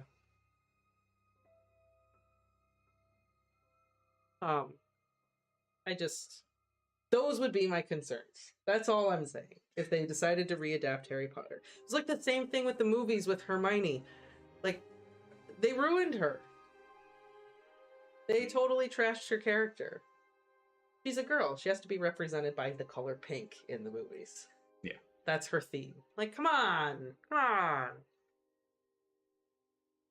Well, you haven't really seen it yet, but going back to The Last of Us, because we just watched that. Oh my god, you can't not talk about it. Well, no, because this kind of fits in with what we're talking about, and I think you're going to see a good representation of a female character through Ellie and how she's not toxic. Yeah, she's flawed. It's an example of like good writing for a strong female character. A lot of trouble we seem to be having with that lately in Hollywood. Like I said, I don't know why. These are just the things. I do though. It's just because they take the lazy way out, and they don't write this story for a strong female character. They just the Ghostbusters effect. This all started. I hated the new Ghostbusters. I used to love Ghostbusters, and then the new Ghostbusters was just so bad. It's put a rotten taste in your mouth, isn't it? Yeah, because it's like slime right in your mouth, isn't it? Yeah. Yeah. Either way, I'm just like, there are a lot of stupid things that are being done with intellectual properties. And I'm just like, if we want to remake Harry Potter, are you going to do the same stupid things with Harry Potter? Because you've got and the only reason I say this is because there's so many people out there complaining that Harry Potter isn't inclusive enough. No one's represented enough. It's not diverse enough. And I'm like, I don't know where you're having the problem with that, but okay. Like I said, as long as they just take advantage of the characters where it's not described. Like I said, Harry could be black, he could be Indian, he could be Spanish. He really could be, yeah. He could be. That's fine, but don't. Like Ron can't really be anything else other than a redhead white kid. You know, if they cast like an Asian person to play Ron, and people are like, "What the heck?" Like, okay, he's a white kid with freckles and red hair. Like, Was that like your biggest qualms with them doing a reboot? No. Is like them trying to do that? No, my biggest qualms would be them tweaking the material to do these alpha weird characters and do this like type of stuff. Oh. That and like blatantly changing the canon to tick all these boxes that they think need to be ticked. I feel like they could tick all the boxes without changing anything, though. I feel like they could That's too. Why if they do the show, they could do the entire story. Well, no, I feel like they could too, and you could do it in a fun, clever way that fits nicely within the world. But a lot of shows aren't doing that. That's all I'm saying. Is they're not doing that. They're doing it the lazy way. Is what I'm saying. Oh That's my god, all I'm Dan. saying. I don't even know if I should respond to that. What? Will they change the name of Cho Chang? The most racist thing in the entire story.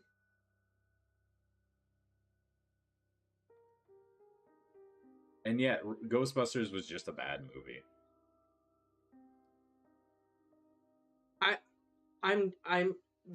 That's why I'm saying the only thing would concern me is that you do it in a bad way that ruins the story. Do it the right way.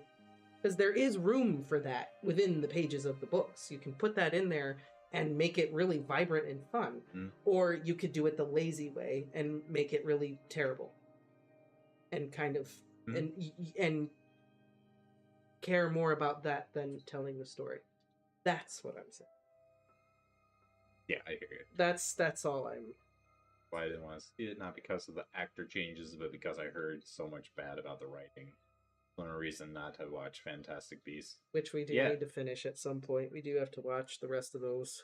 Yeah, I agree, Dan. That's basically why I didn't really watch it. No, I didn't hate any of the actors that were necessarily in the movie. But I heard the writing was terrible, and it just looked like such a blatant cash grab to cash in on the whole strong female character thing. Ew, we're gonna reboot it, but it's all gonna be women. Ah. I was thinking about watching the. I also heard that it was bad, but not as bad as that Ghostbusters, the new one that came out with the kids. Paul Rudd, right? Yeah. I imagine Great Britain is not as racially diverse as the USA, or if they are, the percentages are smaller. Am I wrong? I think they're pretty diverse. Great Britain is actually very diverse. They have a huge number of like minority populations. There's like a really big Pakistani population. There's like huge black population. Lots of like I think the UK is very diverse. In some places probably more diverse than the United States because everyone is so clustered into such small amount of space. Taking a movie that has all male leads and changing them to all females, just creating original stories for females. Correct. Yeah, that's exactly what the problem was. It was lazy. It was lazy. Like the whole James Bond thing that they were gonna make a female James Bond movie rather than just writing a really good spy movie for a female lead. Yeah, we're gonna see how the James Bond goes. Like, oh my god, James Bond is the most like toxic man character. Talk about a toxic male. That is a complete toxic alpha male character. Yeah, James Bond is pretty horrible. There is literally a movie called Octopussy. Like that's bad, guys. But yeah, let's make James Bond a girl. Like, what? Jane Bond. So stupid. So lazy. Ugh. Like, I don't know. So that's the kind of thing I would be concerned that they would do to Harry Potter. Is that kind of lazy, bad stuff. Because you don't need to do it because the world is big enough to put it all in there. That's all I'm saying. I don't think I've actually seen some art of like Indian Harry Potter. Mm-hmm. Like where people draw him to look like Indian. Or like from the Middle East. Mm-hmm. And like really good. Really cool. Like his green eyes just pop. And I've seen some like really good art out there. Like you'll see like White Ron and like Black Hermione and Indian Harry. And I'm like, I don't know why people hate this. I would be down for this. Oh? Never seen it, so. I've looked at a lot of fan art in my life. Fair enough. You know what they could do with Cho Chang? Is do what Harry Potter musical did. And have like an Asian girl and a really like super, super white girl. And then have her go, Cho Chang yo! Little homage there to the musical. That'd be pretty great. That'd be great, right? I'd be okay with that. But I think what Dan is saying is that the UK did not do what the US did with the systematic segregation of people of color into poor communities within urban environments, which the United States has been notoriously guilty of doing. Like, I don't think the UK has done that, to my knowledge. I don't have enough knowledge to comment on this. So. It's basically like very subtle segregation in the United States, where like they just won't certain neighborhoods where they just like won't rent to black people to kind of keep them in this area and in this school, and it's kind of like they're segregating within the limits of the law without there being segregation laws anymore. So they'll just be like, oh yeah, your credit score is not high enough, you can't rent this, you can't blah blah blah. Been there. And then it just turns out that over time, the longer that this goes on, you end up with very low income, poor areas full of minorities and they can't get out. Purposeful segregation and the UK didn't do that. Yeah. Because I don't think the Got UK has the fixed it. racism problem that the United States has. And the UK just happens to be a lot smaller. So people are just more densely concentrated anyway. You gotta be okay with your neighbor there. Yeah. You can't get away from them. Yeah. There's no... Ah, interesting. That's cool. But I kind of like that system. That is as long kinda as it's cool not idea. like somehow broken and stacked against you. Pretty good system. Right, that actually does sound like, in theory, that's It's a kind pretty of good like idea. the rent to own system we have Yeah. here. Yeah, as long as it's not broken. Right? Very cool. When I was 13, white people were moving out already, but they made people above a certain income move out, including my family.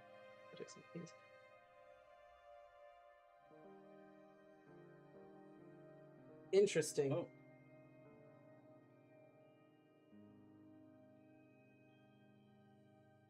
Do you have anything on I that? just find it interesting. Mm.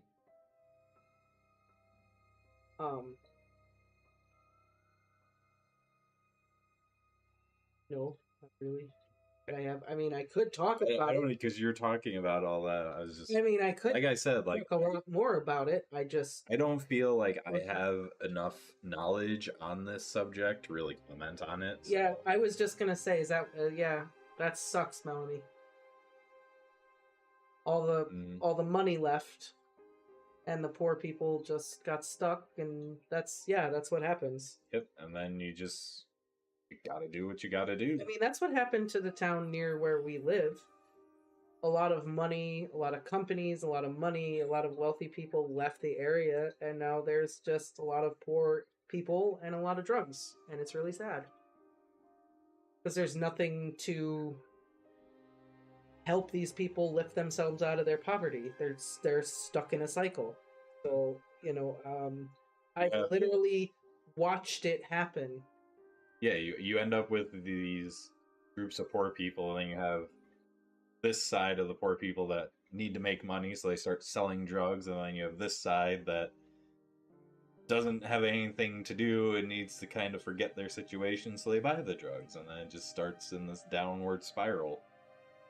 I mean, that the town near us, like, I grew up there for the most part, and over the years watched the rot start from the inside out, from all the everything leaving, and then all the rot seeping in, like, from the time I was maybe like 12 to like now. The place is like night and day. It's sad. Yeah, definitely a change. Yeah, definitely. We went way. We got deep. I know. I feel like places. I know, right? Drugs. It's one of the funniest chapters in the whole story, and we ended up going on this thing.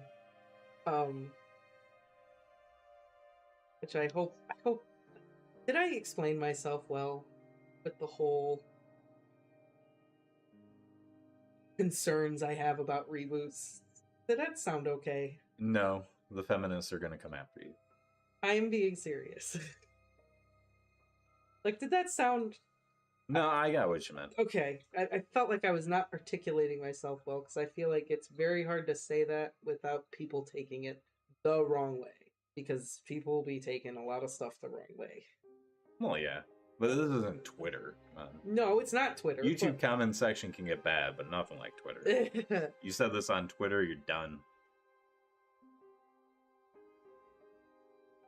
Interesting. Okay. Alright, so Dan and Katie are like, no, alright. I just want to make sure what I was saying made sense. Okay. Okay. That's very true. So yeah, you're okay. Okay. Not getting canceled today. Alright, no cancellation Yeah. for me. Wait till the people get to editing and stuff. It'll be fine. Does that mean I don't probably have a chance now to audition for a part in the animated show? Probably not. If you got the part, you'd get fired the next day because the internet would be in an uproar. She's playing Snape. She didn't want gender swapped. What a hypocrite. That's different. Voice acting's different. It involves Jesus. Yeah. I know. I was shocked when I found out that like Bart Simpson was Played by a woman. Yeah. Chucky Finster was played by a woman. Yeah. Hey, maybe you could even play Slughorn.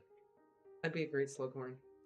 Doing this chapter would be great. And I just love how Slughorn in this chapter, just looking around Hagrid's hut, like, what else can I make money? I know, being such a sneaky, just like, what else can I take from here? Because Hagrid very clearly just does not,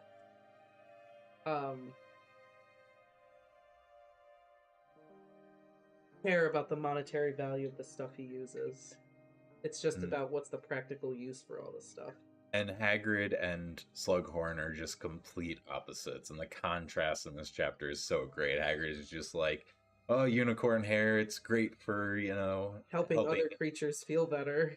And Slughorn's like 10 galleons. Could make 10 galleons could make a lot of creatures feel better. Right? 10 galleons of hair. How many hairs you got there, Hagrid? 100? I mean, to be fair, would the unicorn hair help more, or would the money you'd get from the unicorn hair help you buy the supplies to help them more?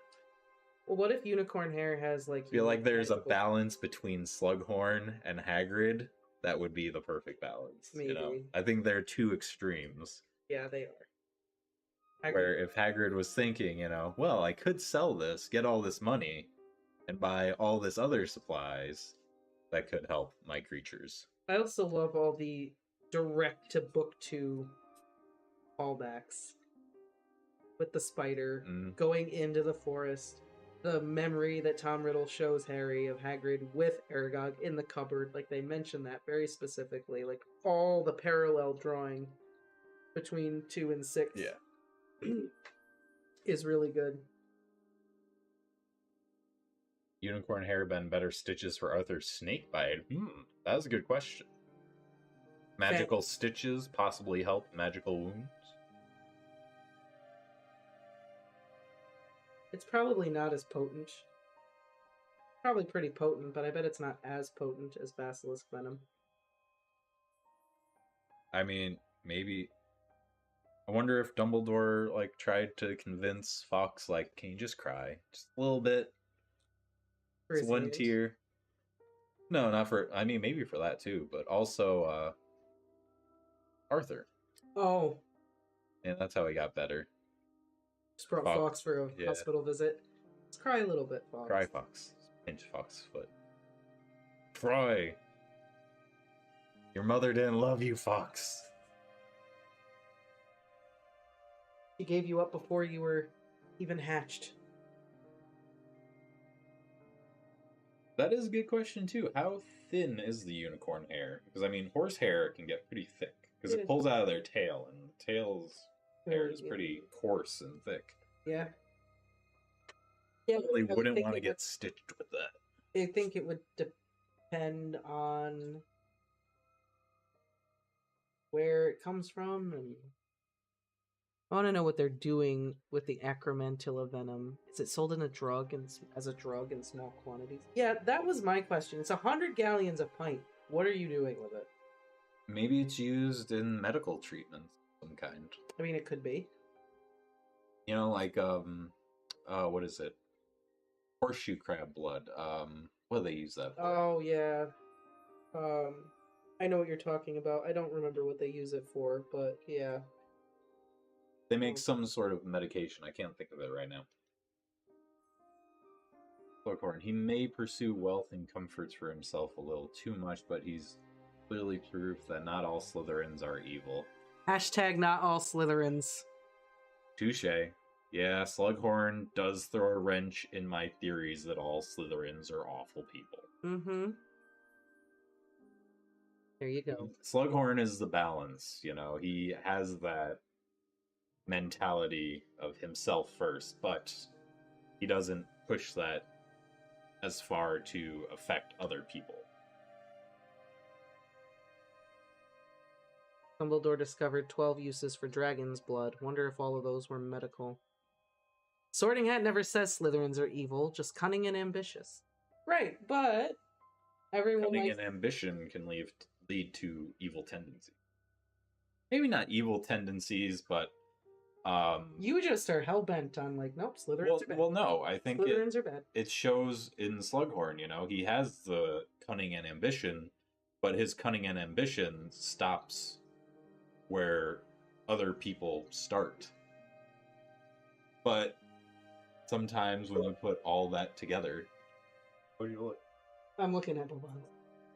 Put all that together, I mean, most Slytherins that we've seen, not most, I'm not going to say most Slytherins because we only saw a handful, but most Slytherins that we've seen don't stop at other people. They're just like, whatever it takes.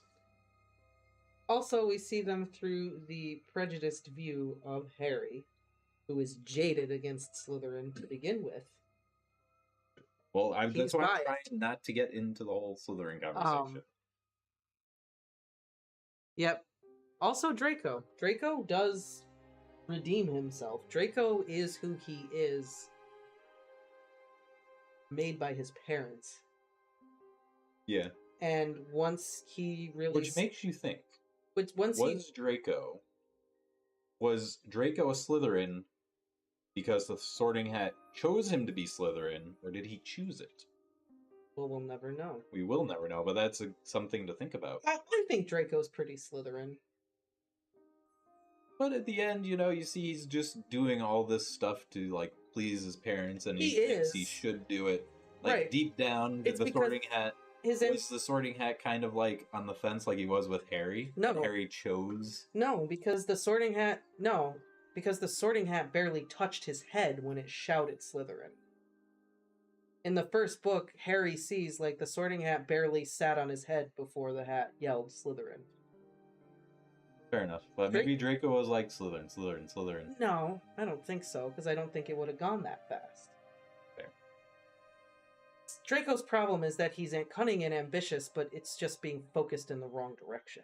He's who he is because he was raised by his parents to be that way. Once he finally starts figuring things out and seeing the flaws in his parents' ideology, he starts to crack. And he does what he does in 7. He he doesn't identify Harry.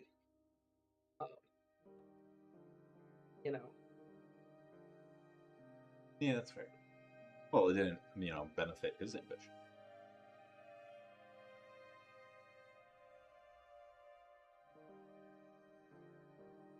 But not to follow them, to be a better person than he had been.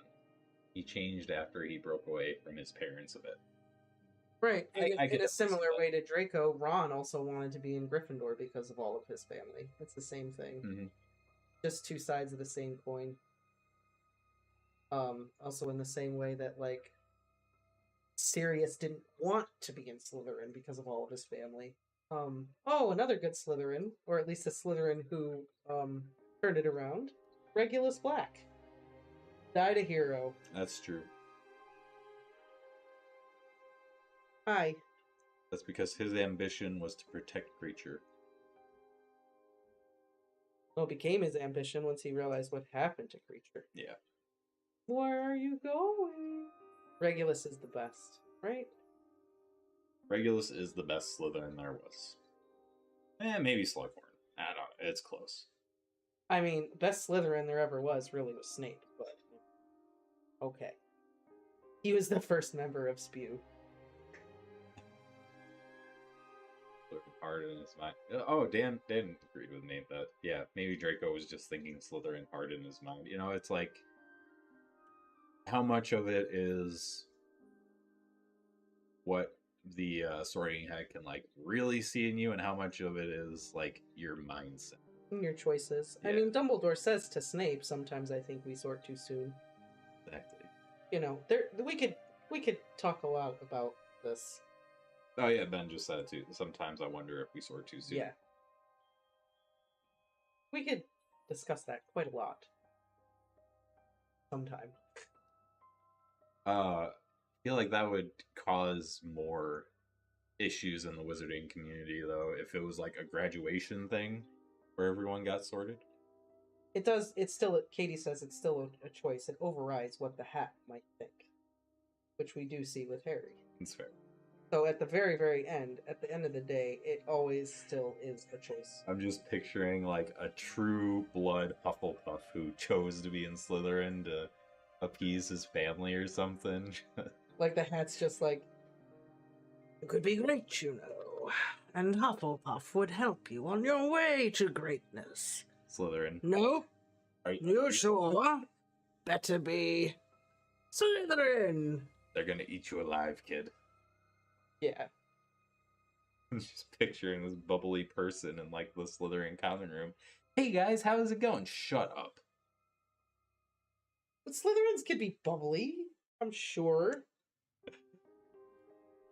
I don't think to a degree. Okay, that, like, I'm not bubbly. not so- bubbly and friendly to a degree that Hufflepuff could be. Yeah, okay, fair enough. I'm not bubbly, and I mean, I think I'm friendly, but you know, maybe to some people, maybe I'm not. I don't know. Depends if you've had your coffee. That's true. Oh my god, Lord help the Slytherin girls' dormitory in the morning when I first wake up. Ooh, ooh. Get away from me until we get to the Great Hall. I'm telling you right now.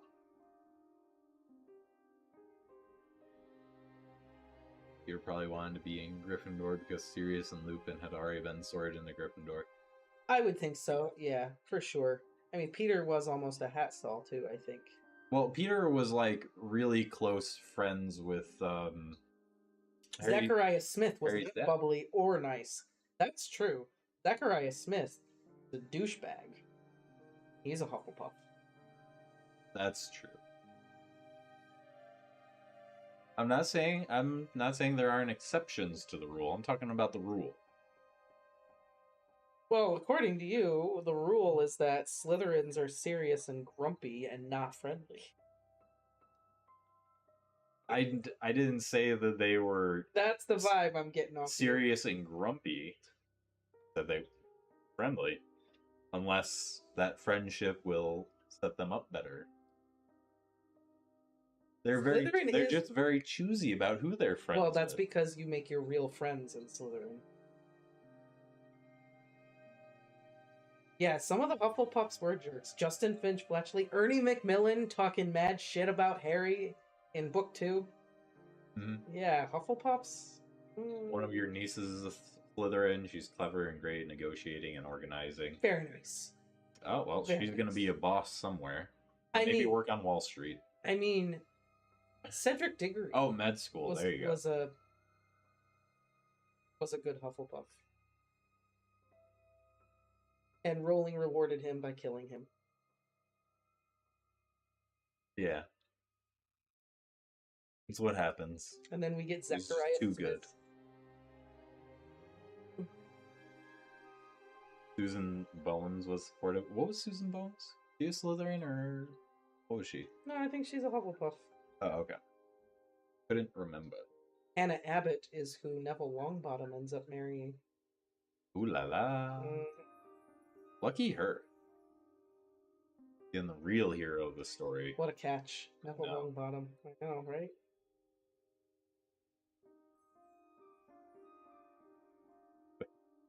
Oh man, who would have thought? Neville Longbottom. One of the best character arcs in the whole series. Hands down. So that podcast I'm listening to, like by the end of book 1, the one guy is ride or die for Neville Longbottom, Good for him. and gets really upset when bad things happen to him. Like really upset. In the movie, doesn't Neville love Luna? I don't think so. I No, know it was like a fan thing where people just wanted Neville to love Luna. Like they wanted them to be together. yeah, but it doesn't happen in the. It doesn't happen in the movies. I mean, I could kind of see them being together. I think Rowling actually made a statement about it where she said, like, Neville and Luna would have been okay for a while, but eventually Neville would have had enough. Yeah, pretty much. Neville would not have been able to, like, continue to handle her. I'm pretty sure Rowling said that. Like, I Don't think you tell me what type of plant this is. Yeah.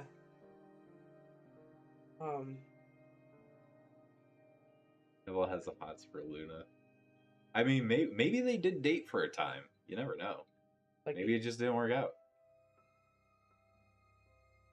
Aw. Did he like the Sorting Hat chapter? Did he choose which house he wanted to be in? Right? Does he want to be a Gryffindor? We should read it to Mona and see if which house she chooses. Right? I don't know. I try to think about what house she. She's Ravenclaw or Hufflepuff. You don't think she's a Gryffindor? No, I don't think so. She's not. She's not that risk-taking. No, she's not. He fell asleep. She stands up for herself, but at the same time, she's definitely more friendly and intelligent. She is kind of shy. Well, I don't know how she is at school. According to her teacher, she's very... Maybe she's a Slytherin at school. Maybe she just acts good around us. Maybe, I don't know. Well, no, because she's... I don't know. Wishes Harry and Luna were a couple. See, that's another thing where I think they would be happy for a time. And then Harry wouldn't be able to take it. Yeah. Yeah, Harry would get I just sick don't of it. see it going long term. No. That's cute.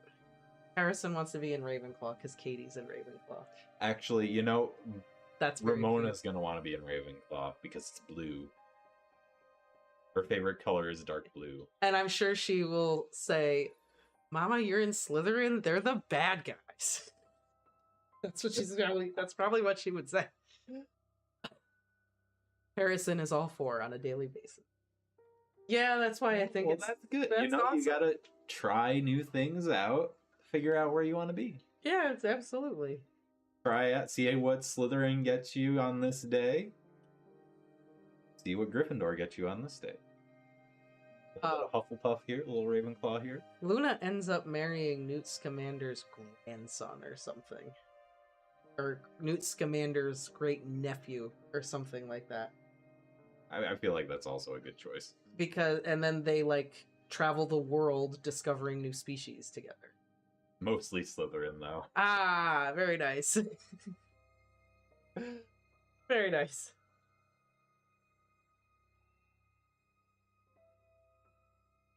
Maybe that's like a code way of telling him he's being bad. Being a real Slytherin right now, Harrison. Oh, come on. Why are you giving us all a bad rap? That's not nice. He doesn't have to be being bad, but he's trying to swindle an extra cookie or something. I'll do that with Ramona. I'm gonna need you to Hufflepuff up a little bit, okay? Ramona definitely is a Slytherin when it comes to food. Oh my god. Negotiating, bargaining, sneaking.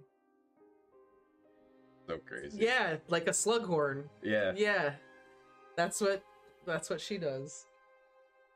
Don't you fool me, I know what these chocolate bars are worth. I know what I got. Bobon. Oh. Hi, Bobon. I learned today that Beaubaton means beautiful sticks. Beautiful sticks. Yeah. Okay. Fun fact. Okay. Because I was just saying, Bobon. Bobon. Sounds like a Beaubaton. A Bobon. Or beautiful Bobons. A beautiful Bobons. Mm. Bobon. There's a really good Slytherins. Merlin was one. I mean, we know that Merlin was a great wizard. We don't know his character, really. We don't really hear too much about that. I mean, Arthur liked him. Kept him around. I mean, yeah, but Maybe he just liked having a wizard around. One of the greatest wizards of all time. I mean, come on. Maybe he did a spell on Arthur to, you know, control it. Why are you like this about the Slytherins? Why? Why couldn't he have just been a brilliant wizard? That is so brilliant that they have Order of Merlin first class, and they say things like, Merlin's beard, oh my gosh. He's so influential, he's in their vernacular. We're gonna have to do, like, separate playthroughs of Legacy. Because you're gonna be like, no, Slytherin all the way. Well, yeah. Yeah, I gotta put, yeah. Maybe we'll have to do, like, a post when we do, like, our joint playthrough for the channel. So everyone can vote, like, what house to make the character and go from there. Make decisions accordingly. Yeah. Yeah. Make a Slytherin, kill everyone. Wow. Okay. Now, maybe not kill everyone, but Maybe you can we be should, a dark wizard. Maybe we should make a sweet, puffy Hufflepuff. Hufflepuff. I'm down. That, I would that totally like, do it. slaughters everyone. The most evil Hufflepuff ever. The game is out pretty soon. I think it's like... Well, it comes out the week we're not here. So we'll be playing it like a week late, but... Because I think it comes out the 10th? We're also getting like I ordered the deluxe, so I think we can play it on like the 8th or something, but we won't actually be here to play it at the time, so. Fair enough. Hogwarts was 900s, Merlin was 1100s? I thought Merlin was like one of the... No, he wasn't one of the founders. Sorry, brain fart. Typical Gryffindor right there. Oh my god.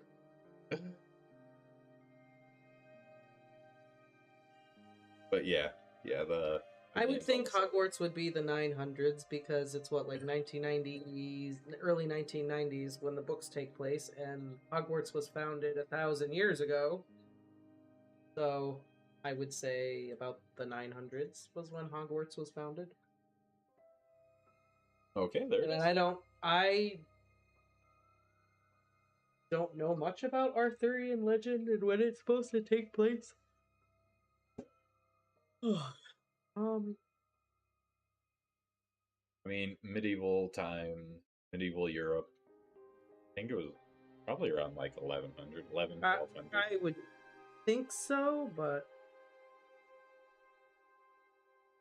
Dan is double checking. Dan is right.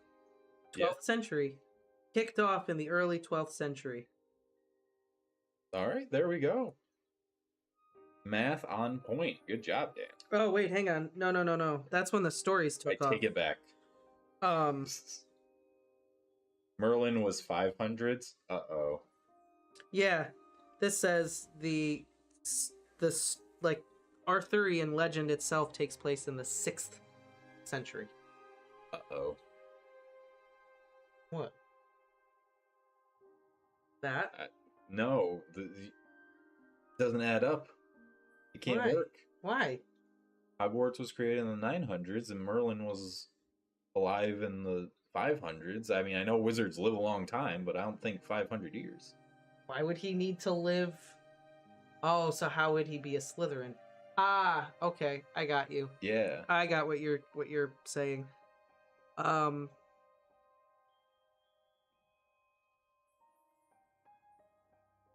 Unless she's referencing the 1100s. Well, yeah, maybe he was just back sorted. Maybe he was buddies with Salazar. I mean, maybe he did live that long. Who knows? Nicholas Flamel lived to be 600. It's true, but Nicholas Flamel was the one who created the Philosopher's Stone. Maybe Merlin did something else to live that long. Maybe. Or Merlin went forward in time. Who knows? Maybe that's it. Maybe Merlin figured out time travel. Maybe Dumbledore was actually Merlin.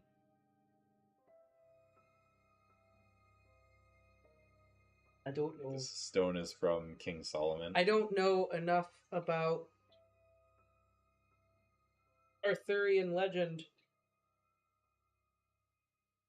Not exactly, I guess. That's true. Yeah, you could, 1,000 years ago, like that's not an exact date. Maybe that's So- when it like officially opened, you know, to the Could- public. could Maybe be. before that it was a private school. Well, it's a private school, but you know, like more private. Right. Or individualistic. But the founders like just you know. Hmm.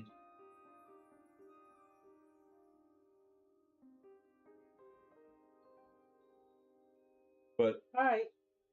on that note, I don't know about you, but I'm getting hungry. Yeah, I'm getting hungry.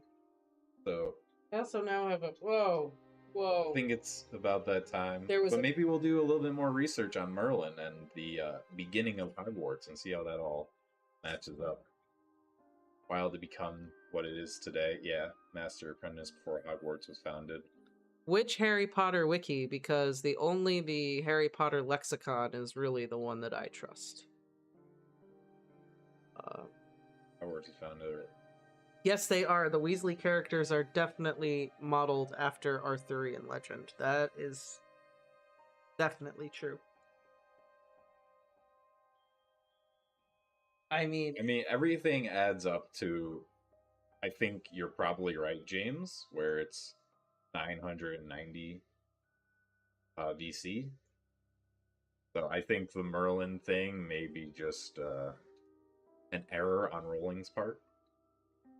You know, mismatched time. Because didn't you say, like, she came out and said that she had issues with keeping things yeah, that was her biggest struggle. in the right place on dates. the timeline? Yeah. Dates and everything.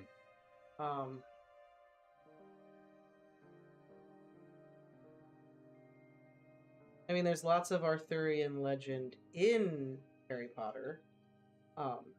With the Weasleys. Oh, 900 AD? Oh, well, there we go. That works. Yeah, not BC. Did you think BC?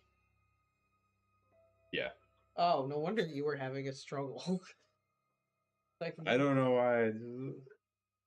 like, oh yes, before, you know, even Cleopatra was around. That's right. All the Weasleys are named after Arthurian legend, and then Harry literally tries to pull a sword out of a body of water. It's like King Arthur smacking you in the face right there. Oh, yeah. Right, Boba? And Oh. Harry, or Ron pulls him out. Yeah. Yeah. Yep, exactly. Boba! So, yeah. All right. Anyway. But on that note, Yes, food time. It's time for food. Thank you, everyone who popped in. We will see you Thursday. Give us some suggestions of what do you want us to do. We could read another chapter. We could do whatever. So let us know. Yeah. Until then, have a great night. Have a great week. We'll see you.